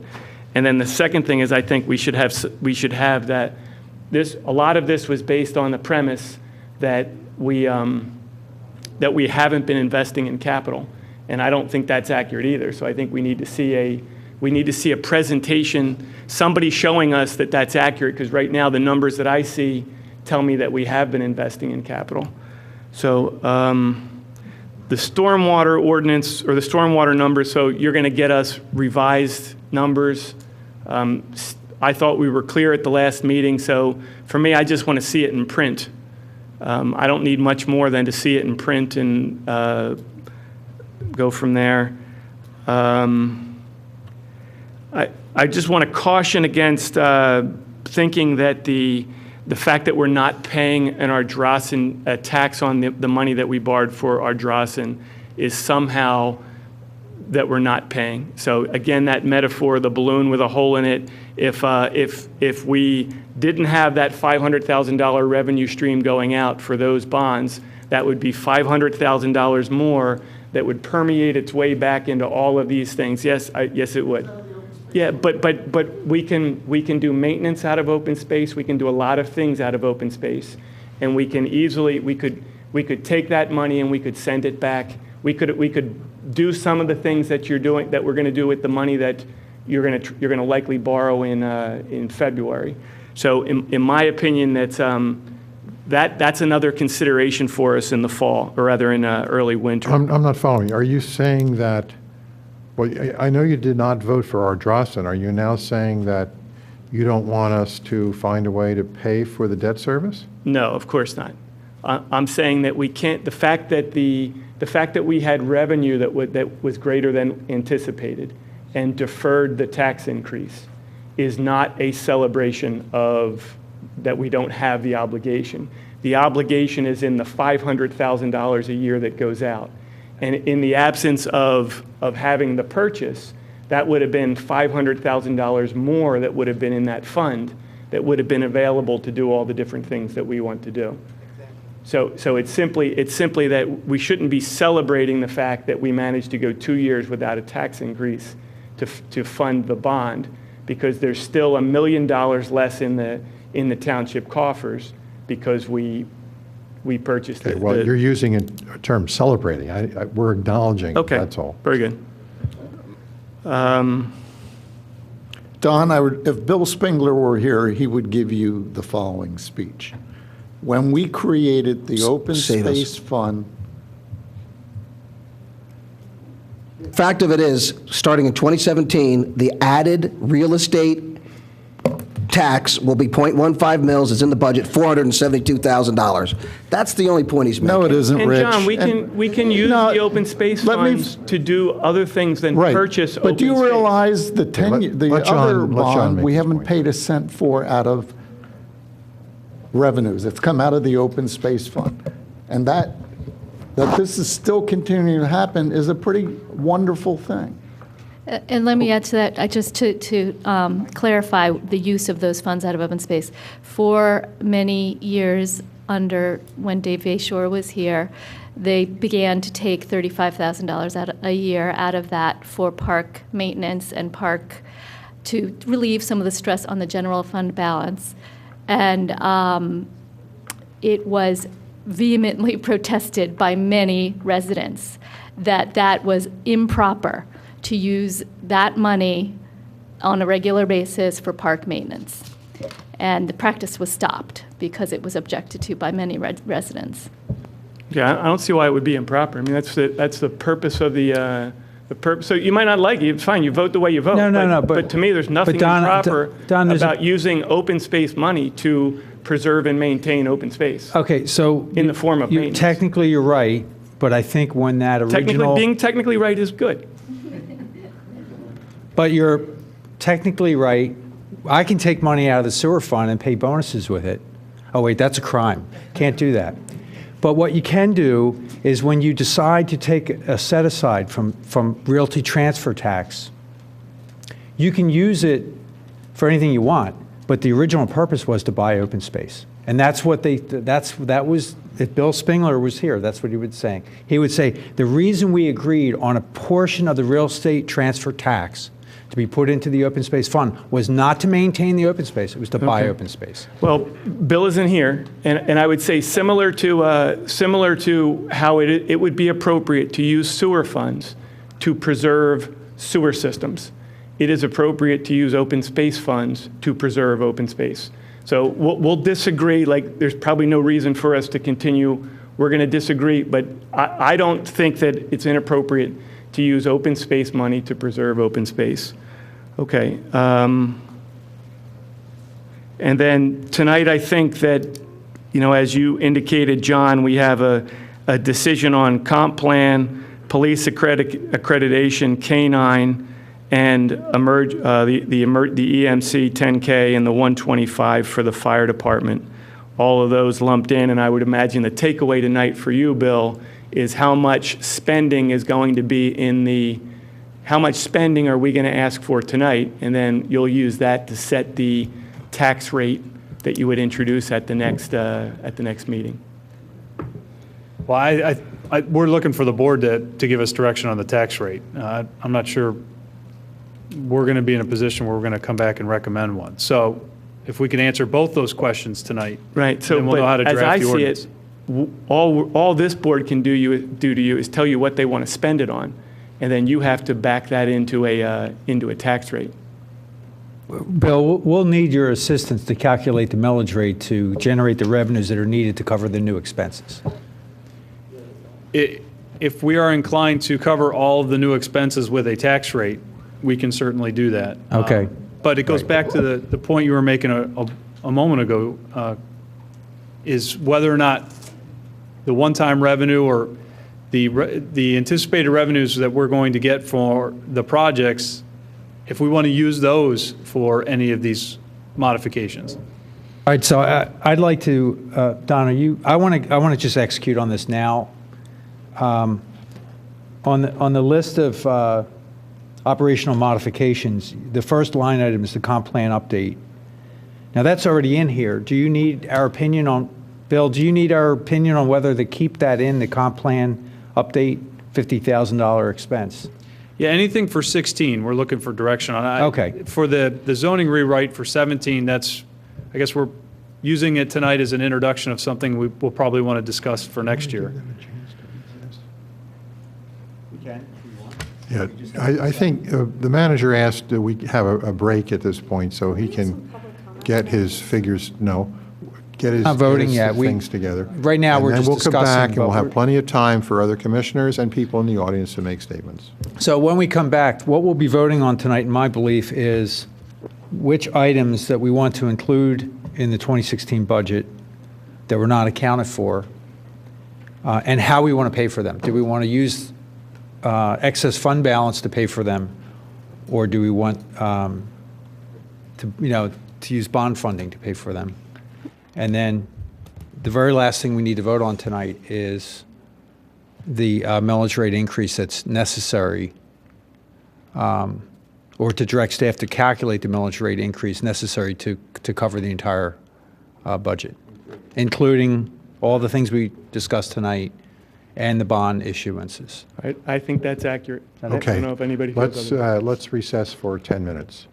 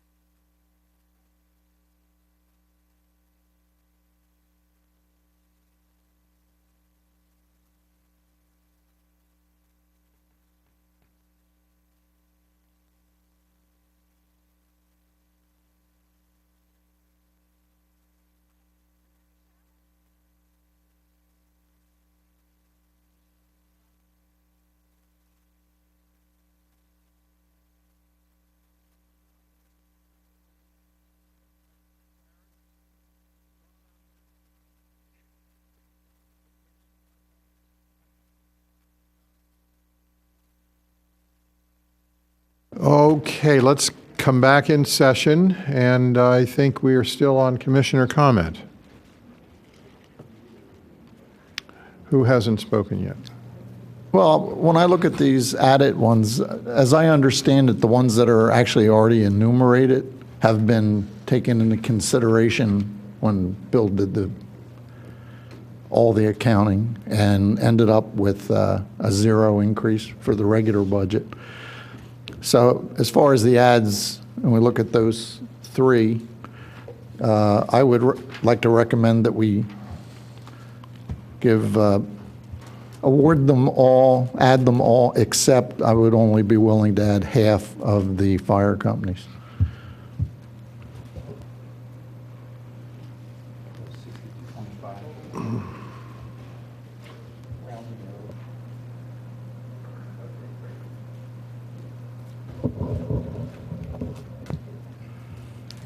And to jump ahead, Bill, my goal is the zero like you have it now, and for that we should also calculate the millage and be prepared for the millage for the entire bond we just approved, unless you see some way to reduce that and pay it out of the other funds. I know you're a magician. Boy, that's on the spot. No, this is my own personal opinion. So part of the situation that we found ourselves in when the revenue disappeared in 2008 is the township had a significant amount of debt service. And the notion's been made recently that borrowing to fund portions of the capital plan is a new concept, but the township did it in the 90s and all the way through the 2000s. And those bonds are still outstanding. And what ended up happening is as the revenues disappeared, the debt service associated with the bonds that are already on the books that we have to pay then started directly coming into conflict with funding services. So as long as that relationship exists between, if there's no millage dedicated to paying down the debt, anytime there's a question or a negative adjustment in the revenue, that's going to be the debate. It's going to be services versus debt service. So that's really the decision that the board needs to make is you could settle that by having a dedicated millage to fund the bonds. So that way if revenue goes down, when at some point revenue does go down, this portion of the debt service is covered. And then it's a true conversation of what can we afford moving forward if whatever the adjustment is in the future is if we think it's permanent or if it's just one time.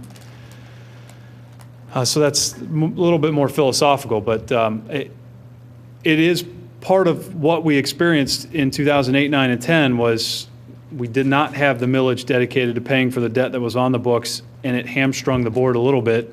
And the result was, to maintain services, we needed pretty large tax increases at those times just to maintain service. If we do this now, perhaps in the future, those same type of tax adjustments wouldn't be as large as they would otherwise need to be. Or the service cuts wouldn't have to be as deep as they would otherwise have to be. So Bill, if this board could decide right now, if we decide right now to have a millage increase, for a dedicated millage increase to cover the new bond debt service. So all the bonds that we discussed in prior meetings,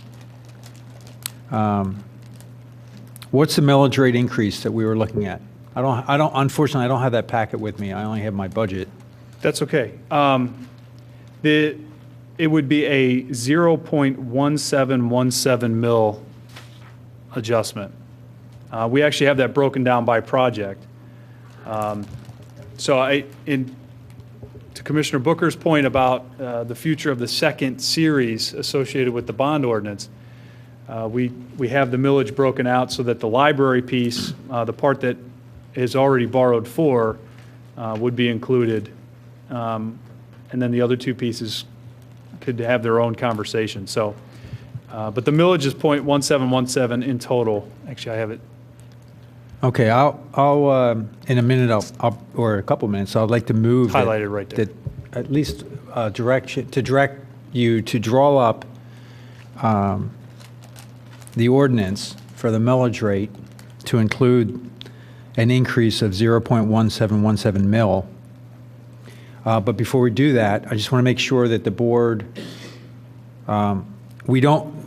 the one fundamental decision we haven't made up here yet tonight is whether or not, in addition to the 0.1717 mil increase, do we want to have an additional millage increase to cover the request from the fire department and the senior center?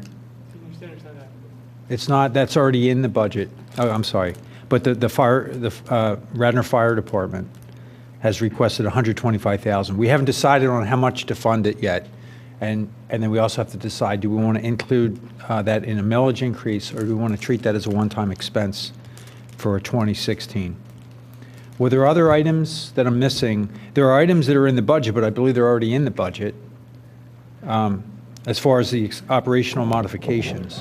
What we had discussed, and I thank the board for giving us that opportunity, those other items that you mentioned in there, and speaking with the other department heads, and I want to thank them, is those other items that are mentioned in there is, if the board would so like to see those, we would go back in and make adjustments and reductions to be able to incorporate those within the budget and come back to the board on Monday with those items being incorporated in there with reductions made throughout the budget so as to incorporate those in there with the exception of the fire department, with their request being made in the budget. So the covering those expenses would come from reducing other expenses and not the one-time revenue projection that we had just discussed. Is that what you're saying? Bill, you look unsure. So basically, I'm just thinking all the way will- through it. Yes, that is correct. Yes. So administration will find the money in their budget, reallocate it to cover these modifications, except for the fire department request, and that would need to come from us as either a tax increase or just a directive to staff to take it out of fund balance. Okay, so I think that's an excellent approach, and I fully support funding those modifications, and even better if we can do it by bringing down another expense. I also want to note to Commissioner Curley's comment about the bond, or rather the second installment of the bond. I totally 100% agree that we have some time before we're going to be able to issue those notes, and that we should, and I think we already have, put in a request to CARFAC for their opinion. And I'm pretty sure they meet between now and the time that we'll be doing those bonds. So hopefully that's in the works. Is that right? Yeah, we actually have a call set up for tomorrow afternoon or evening, so we can get that conversation started. Great, because I think that would be helpful knowledge for us all to have and to use. May I ask about it, if you don't mind? Sure, Is go it, so they'll develop some kind of indicator, some kind of metric, some kind of measure? I mean, what I'm envisioning is the statement was made that 2016 is better, we're better than we were in previous years. And so they'll develop some kind of metric, and then they'll show us that value in 8, 9, 10, 11, or say 5 through 16. Specific to our debt position? Well, that's what I'm looking for. Now, Okay. I'm not claiming to be the one that should define what we get. Okay. So if others have better ideas, then tell me. But the statement was made that our borrowing position is better than it has been, and that's what I want to see, if that's true. That would be interesting. I'm not sure who made that statement or what that's all about. But in any case, what I would like to hear from them is their opinion on the borrowing in general. And Can I? But that's not they shouldn't be giving us opinions in general. They're not a political group. They're No, not, it's not about they- the spending. The spending's done. About the method that we have chosen to fund it, the borrowing. Yeah. And whether we're in the I right guess I want position to more do than that. I want the statement of whether our position is better than it has been in the previous years evaluated. Well, So, Phil, whether that's true or not, it still might be still might have the opinion that it's a smart Yeah. thing to do. So it's sort of irrelevant. I mean, it's not irrelevant, but it's not the driving operative factor. Do you know what an indicator would be, Bill? What some kind of measure, like, or John, what would be a measure? So, Because you're well, the one that made the statement. Moody's has already given a favorable opinion to us. But Moody's isn't all Moody's opinion is whether we can pay the bill. Well, Which but we all acknowledge that we can pay the bill. that is, in the fact... check won't bounce. We all know Okay, that. there are other metrics that we can run. We can look at things like our overall debt to asset Yeah, ratio. that's what I'm looking at. But Some kind of Moody's does objective- that. That's how Moody's comes up with the rating. So Right, so- if the reason that's important, though, the reason Moody's rating is important is that our ability to pay back the debt is a measure of our financial strength. And they're basically saying we have very good financial strength, much better than it's been. Okay, they did basically say that. And the reality is, since the recession has ended, our financial strength has increased year over year. We've reduced our overall debt in general. We did issue new debt, but the point is the debt we have, we refinanced at lower interest rates, right? We've shored up some of our long-time liabilities. We've taken very large lump sums of newfound money, and we've applied it to long-standing liabilities. We could have spent that money, and then Moody's would have come up with a different outcome. They would have rated us differently. They would have said, oh my gosh, this township has no fiscal responsibility. They're not setting money aside. But that's not what happened. We've set money aside because of that. They're giving us a favorable rating, and more favorable than in the past. So, Well, let's just be clear. The bonds were rated AA1, right, which is the same rating as before. It didn't increase. There's no way our borrowing position is better because we borrowed $11 million or $10 million for our Drawson. We have more debt.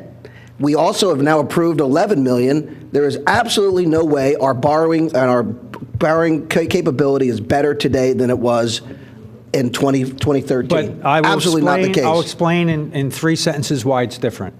Because we have new assets on the books that we didn't have before. And when I came on this board 8 years ago, we were borrowing money for trash trucks. They're not assets. Trash trucks are expendable pieces of equipment that have a very, very short life cycle, life value. Right? Yeah, they're assets. We all agree. 5-year assets. Oh yeah. Yes. Oh yeah. They're 3 or 4 year life assets, and we had 30-year bonds to pay for them. We had police cars when I came on the board that we were still paying for from 1987. Okay, 1987. The difference is today, most of the assets we have on our books today are actually long life assets, and that's what makes your ratings go up. That's why we are able to service our debt. We have assets. Okay, so that's the difference. And I don't understand the fixation on whether, the opinion of whether we're in a better borrowing position now or not. That's not what we need to know. But it's what you said. You said that. John said it. It doesn't matter. That's not the question. The question $6 is million more that we're gonna borrow in December. Well, no, in February with a new board with a new majority. So there's just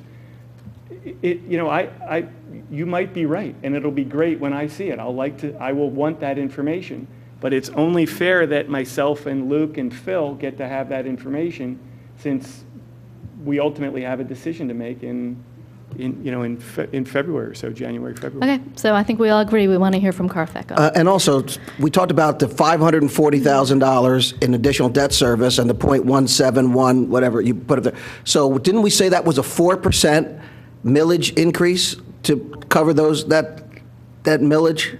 Yeah, that's roughly 4%. The Roughly 0.1717. It's 4% over our 3.75 mils right now. 4.58 to be. So that's a pretty big number, and I guess, Bob, I appreciate you like, well, okay, well, if we do that, we'll put the rest of the stuff into the budget. We'll just reduce the budget and then let us vote on these other things separately, right? I guess it doesn't make any sense to say, well, we'll cut other places and then we'll put those items into the budget. Let's just cut the other places. If you have a place to cut, right? I mean, so you understand what I mean? No. Because Okay. actually, the issue is if the board gives us direction to cut further, like $500,000, at some point, something's going to suffer. Right now, we're cutting items here, so if you want to see bigger items cut, we can cut, but... Well, no, but you just said, we'll build in, you said it, we'll build in the 50 and the 45 and the 20 and the 10. You said, well, we'll take it back and come to you Monday and build that in, right? Right, because based on the discussions with the department heads, they have looked to see where we can actually take some items out, defer some. Right, so I would say... We're not talking $500,000 or more. No, and that's what I'm talking. So if we can cut that 100,000, 130,000, let's do it, right? Why do we're cutting it to put that in there? So I would say first, let's cut. If we can cut it, then let's cut. If you have room in the budget, then tell us, and let's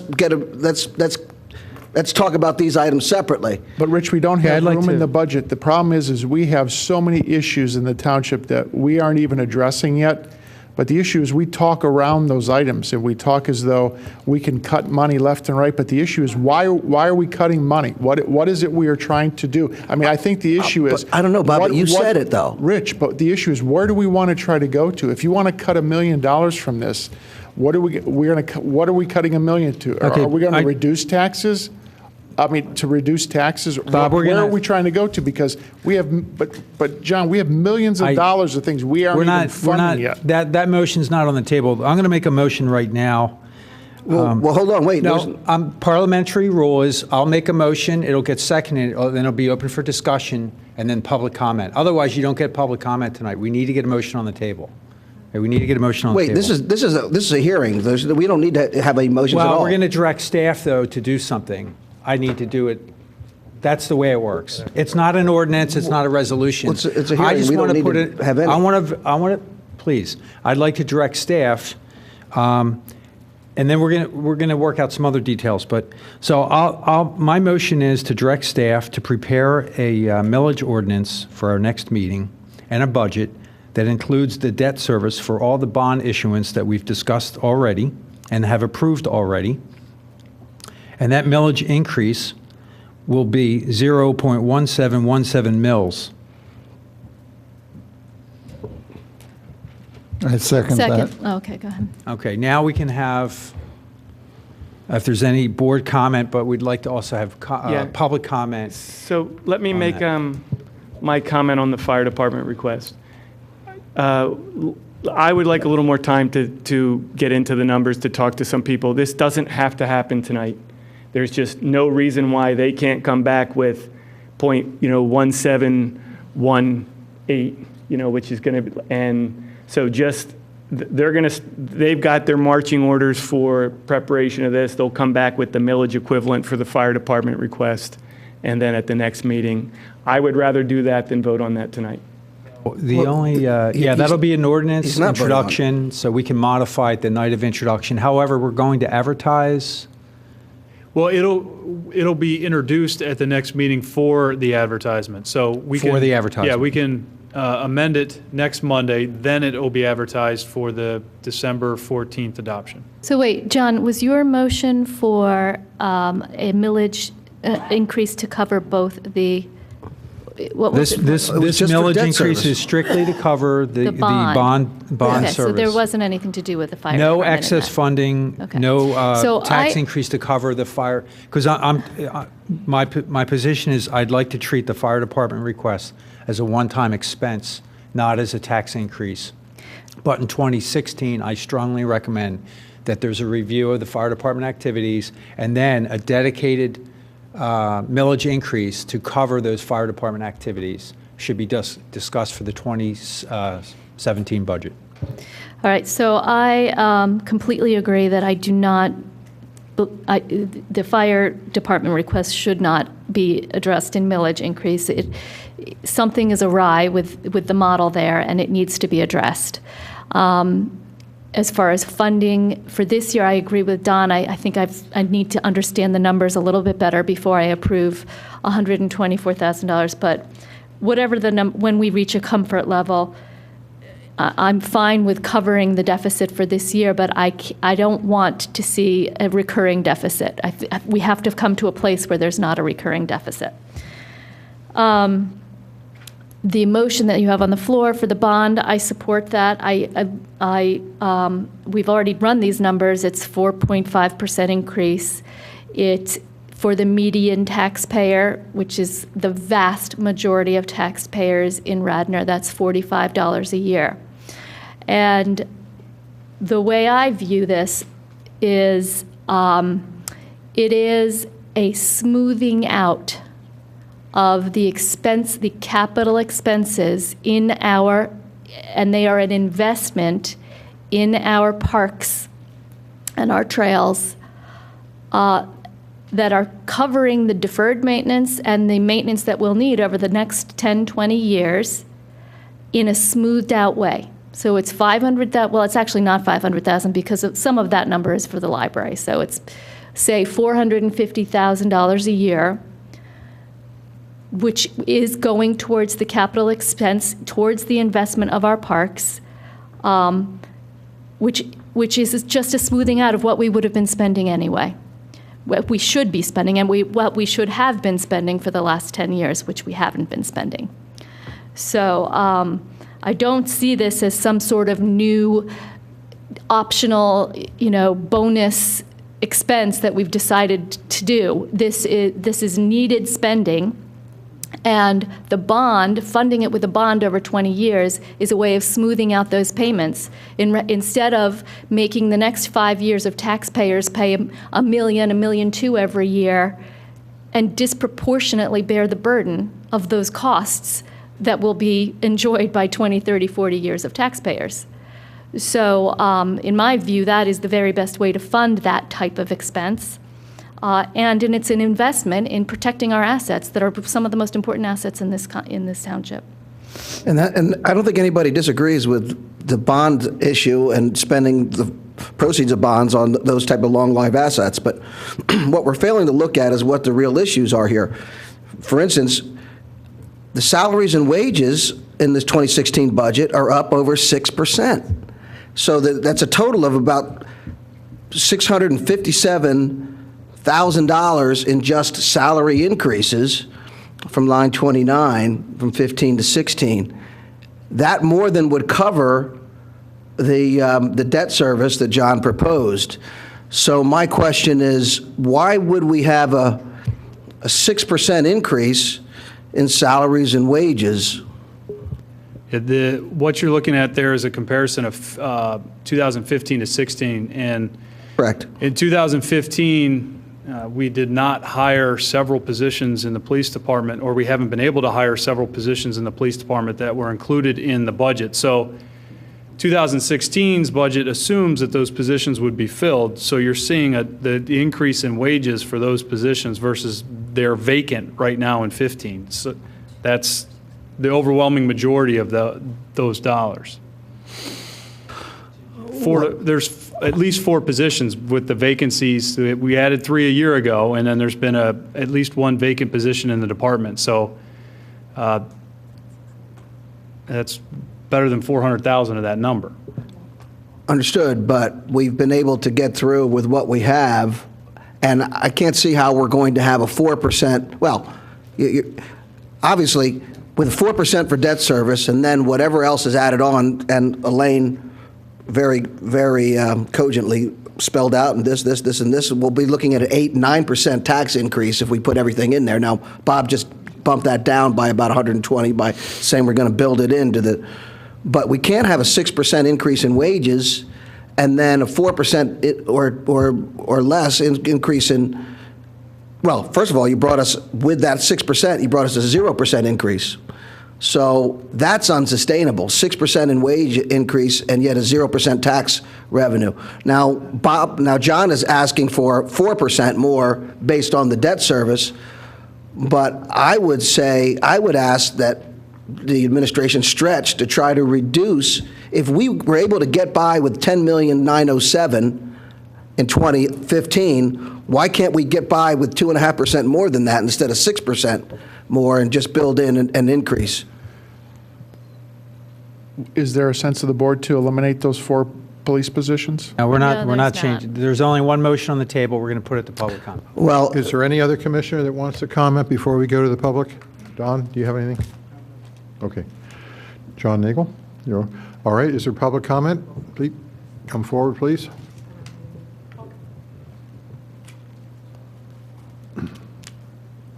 Leslie Morgan. I've looked at the budget, I guess, 2 or 3 times, and I think I have a pretty good handle for a citizen.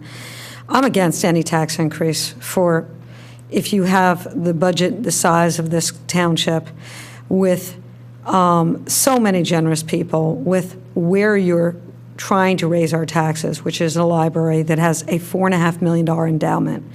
I got to say that again because I lost my voice, and I want the public to understand this. The library has a $4.5 million endowment, but we are, I guess, lending them $4.4 million for 2 public rooms, a teen room and an adult room, and then they want to change the location of their entrance and exit.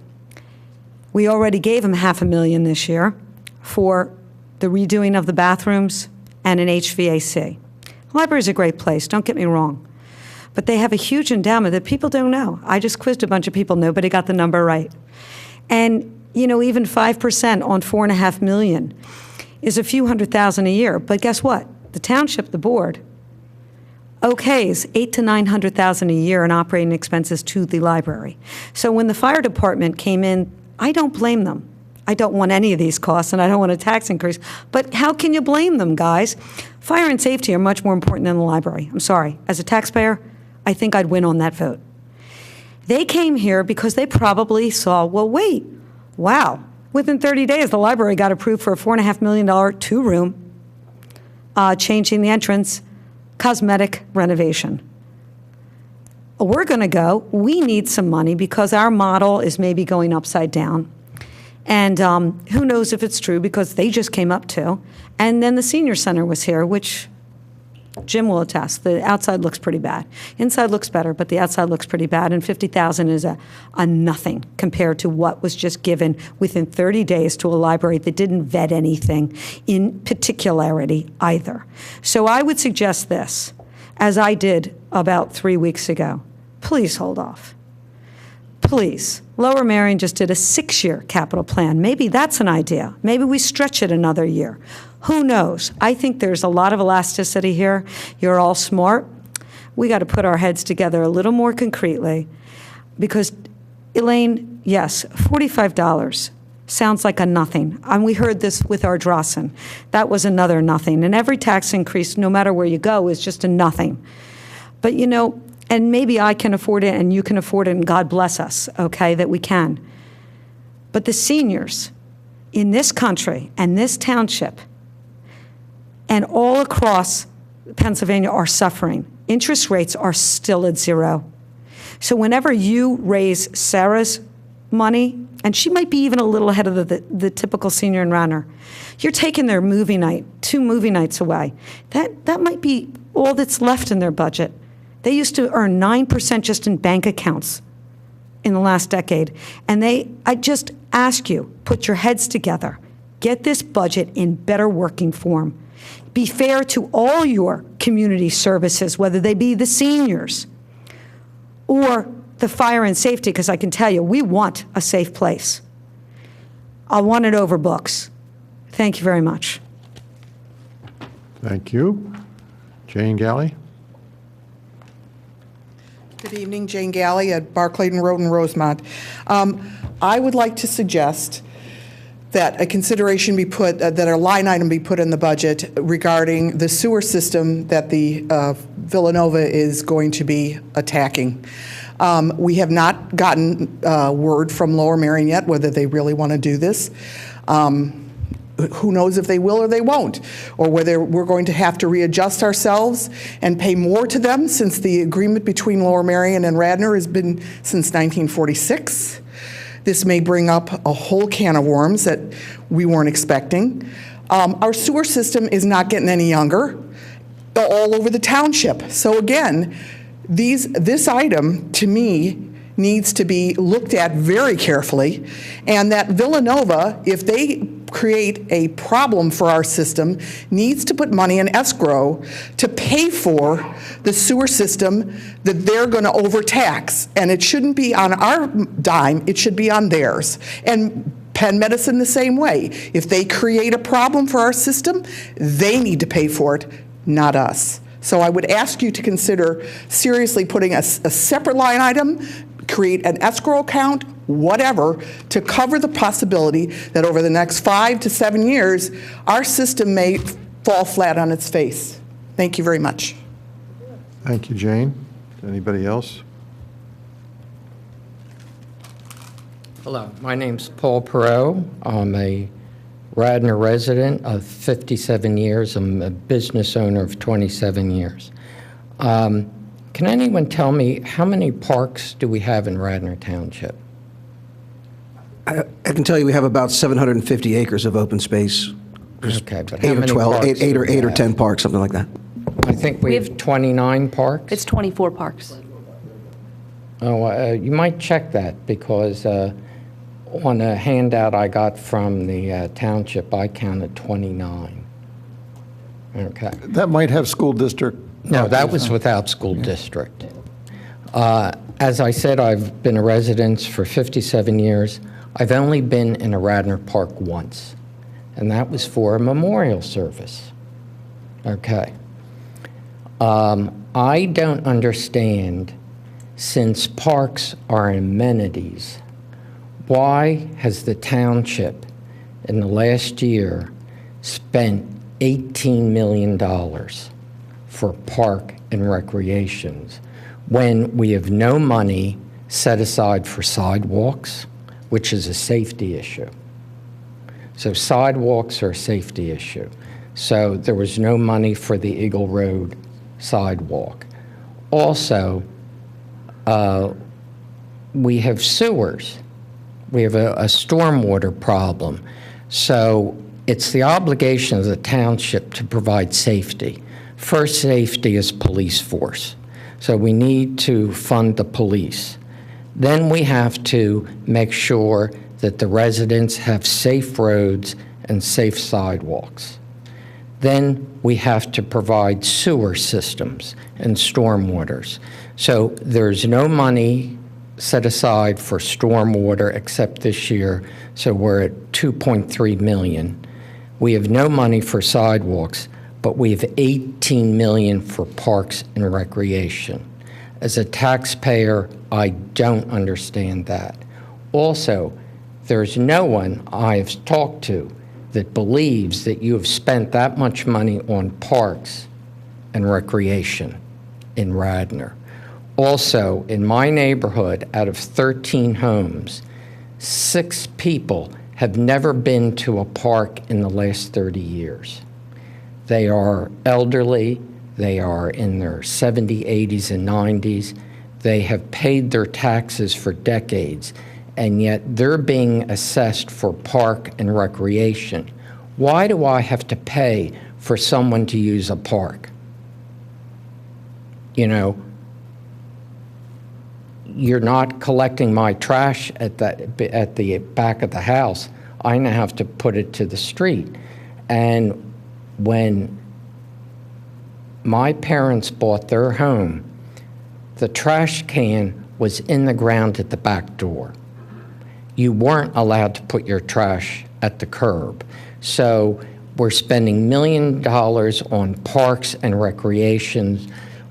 And now, if you're 90 years old, you have to put your trash at the curb. If you're 80 years old, you have to take your trash to the curb. Those people have paid their taxes for decades in Radnor. So I think this board has done a major disservice to the taxpayers and the residents by addressing so much in park and recreation. Thank you. Thank you, Mr. Perot. Is there anybody else that wants to speak? I'll just add one footnote at this point. I'm going to vote for the motion. I had hoped tonight to address formally the need for a real sidewalk along Lancaster Avenue from the American Legion post to Chamonix Road. It is one of the most unsafe strips of ground we have in the township.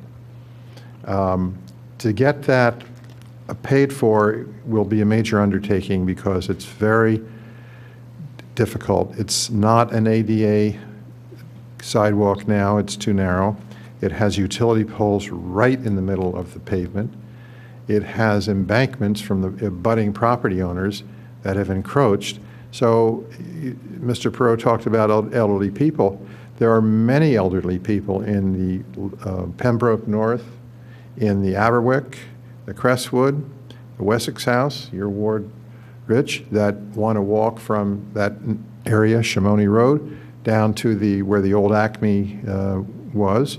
And it's worth their life to do it. It's a risk. So I'd love to have that considered in our capital program, but I'm not sure that at this point it's doable. But nevertheless, I'm mentioning it. It's something that ought to be done, and perhaps will come into some money in the first quarter of 2016, Bill, and we can do a project like that. Thank you. Okay. If I could just make one observation from that last comment, and I want to acknowledge there are plenty of residents who probably share that feeling that they're at a point in their life where they're not using our parks and may not see the merit in investing in our parks. And certainly there are people who are just not outdoorsy and that's just not their thing and they don't use the parks. But I would like to point out that when you go to sell your home, whether you're 24 or 84, believe me, the young families that are looking to move into Radnor and are looking to buy your home care whether there's a good park system. They care whether we have Little League and soccer and there are fields for all of those programs. And it directly affects your property value. And in the townships where they can't sustain those programs because there's not the space, there hasn't been the investments, their property values suffer. And so it's not an asset that's immediately obvious to all aspects of our population, that is for sure. But it is an asset that does reflect positively on everybody's property value, whether you use them or not. Thank you. All right, are we back to Jim, Mr. I'm going to give you a little feedback on your footnote, that in 16, you will be able to, and to me, that project might, I mean, I don't know the details of it. I walked that area, and I agree with your assessment of it. And that might have more value than some of the things that we identified and borrowed money for. And you'll have the opportunity to change that in 16 if you choose to do it. If you decide that that project is more valuable than some of the projects we borrowed money for, you'll have the opportunity to make that change. All you'd have to do is introduce an ordinance that changes the items for which we're paying. So. Thank you, Don. That's helpful. Thank you. Mr. Perot. When people say they want to move to Radnor, I've never heard them say it's because of the parks. It's for the school district. People come to Radnor for the school district. There are also many people who are realtors who avoid showing houses in Radnor because of the taxes. There are realtors that say you're best not to live in Radnor because of the taxes. You can go to Tredyffrin and get great school systems. I know someone on an Upper Merion board that was looking to purchase, and they said they are so happy they didn't buy in Radnor. They bought in Tredyffrin because of the taxes. I've never heard anyone say it's the parks in Radnor. The fact that we have 29 parks, what is the maintenance and the cost to sustain those parks versus funding the fire department for $125,000 when you just spent $18 million on parks and recreation? You have no money for stormwater. You have no money for sidewalks. So it's lopsided that the board's addressing the parks to the degree that they have. And I have yet to talk to residents in Radnor who have, they were amazed and flabbergasted and just couldn't believe we have put so much money into our parks. Thank you. I agree with the speaker. I have not gone to a park recent, and I've never gone to the trail. Most of us in Radnor go to work, and we do things like we volunteer as Board of Commissioners members, and spend some time with our families and pay taxes, and that's what we have time to do, and maybe play a round of golf every now and then.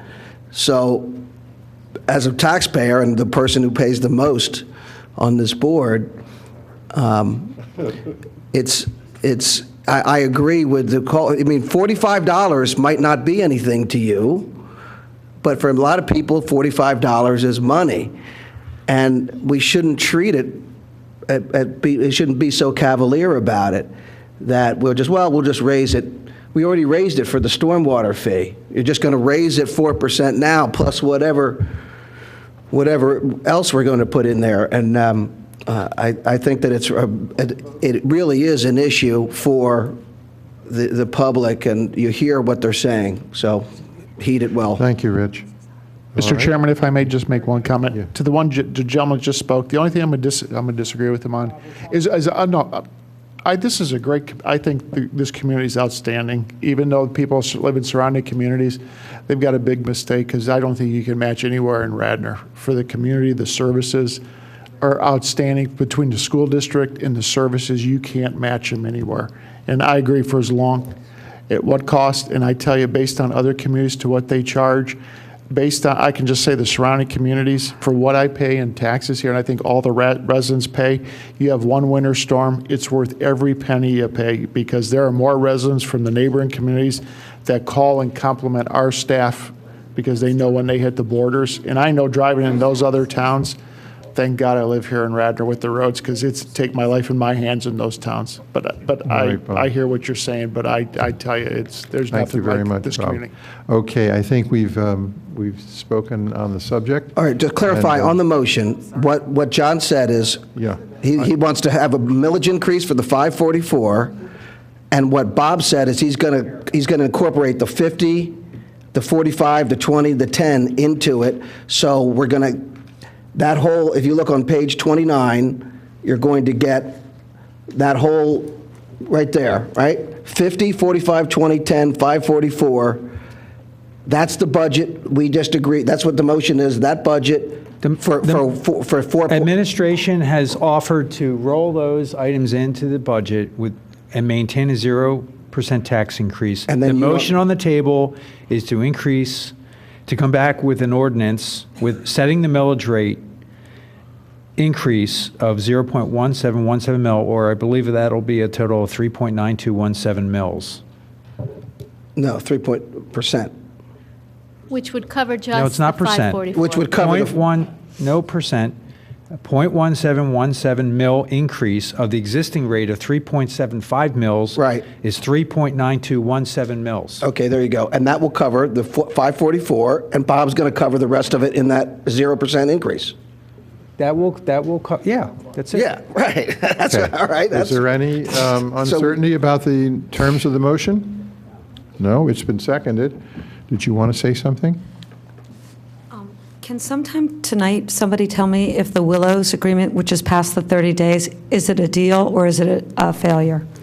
It's the 21st is when the 30 days have we heard positive yet? They have till the 21st. Have you heard anything yet? Yes, the only thing we've heard is that they are close to their financing. Until we hear something, they have till the 21st. Awesome. Okay, thank you. All right, all those in favor of Commissioner Fisher's motion, say aye. Aye. All those opposed, say nay. Nay. The motion passes 4-2. All right, I think that concludes our discussion of the budget under our public hearing.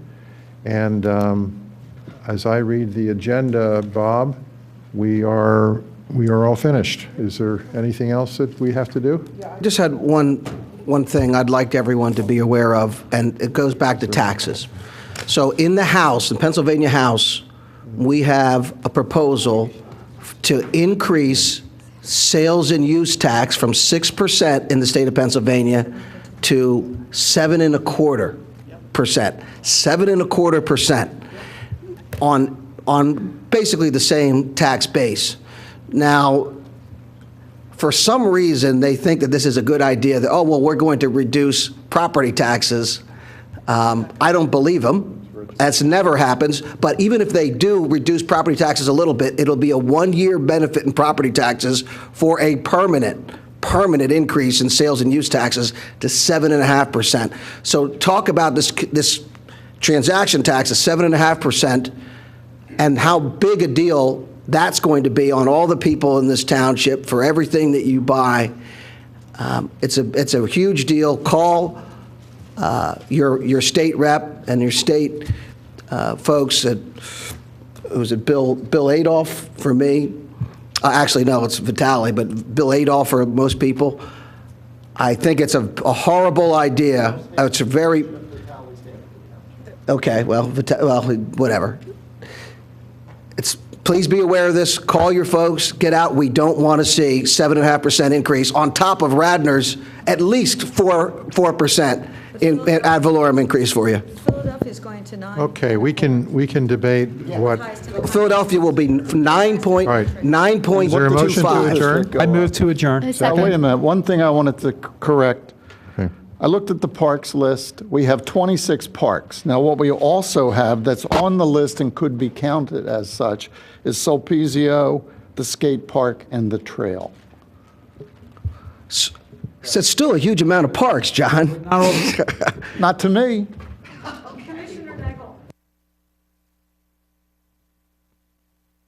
Can I make one observation? If any of you have ever lived in the South, Alabama, Georgia, Mississippi, or North Florida, I have. I've lived in Northeast Florida. Jacksonville, Florida, a city population of 500,000, was ranked for cities its size, 58th in the country for parks. And you know what that included? That included the beaches. So count your blessings. We live in a wonderful community, and I'm very happy to have 26 parks. I don't use them much either, Mr. Perot. My grandchildren do. They come from Wisconsin, they come from Pittsburgh and Manhattan, and they love the parks. And so everybody has a point of view, and I respect yours, and there are elderly that don't use the parks, but think about Jacksonville, Florida. Is there a motion to adjourn? We did. Okay. Thank you.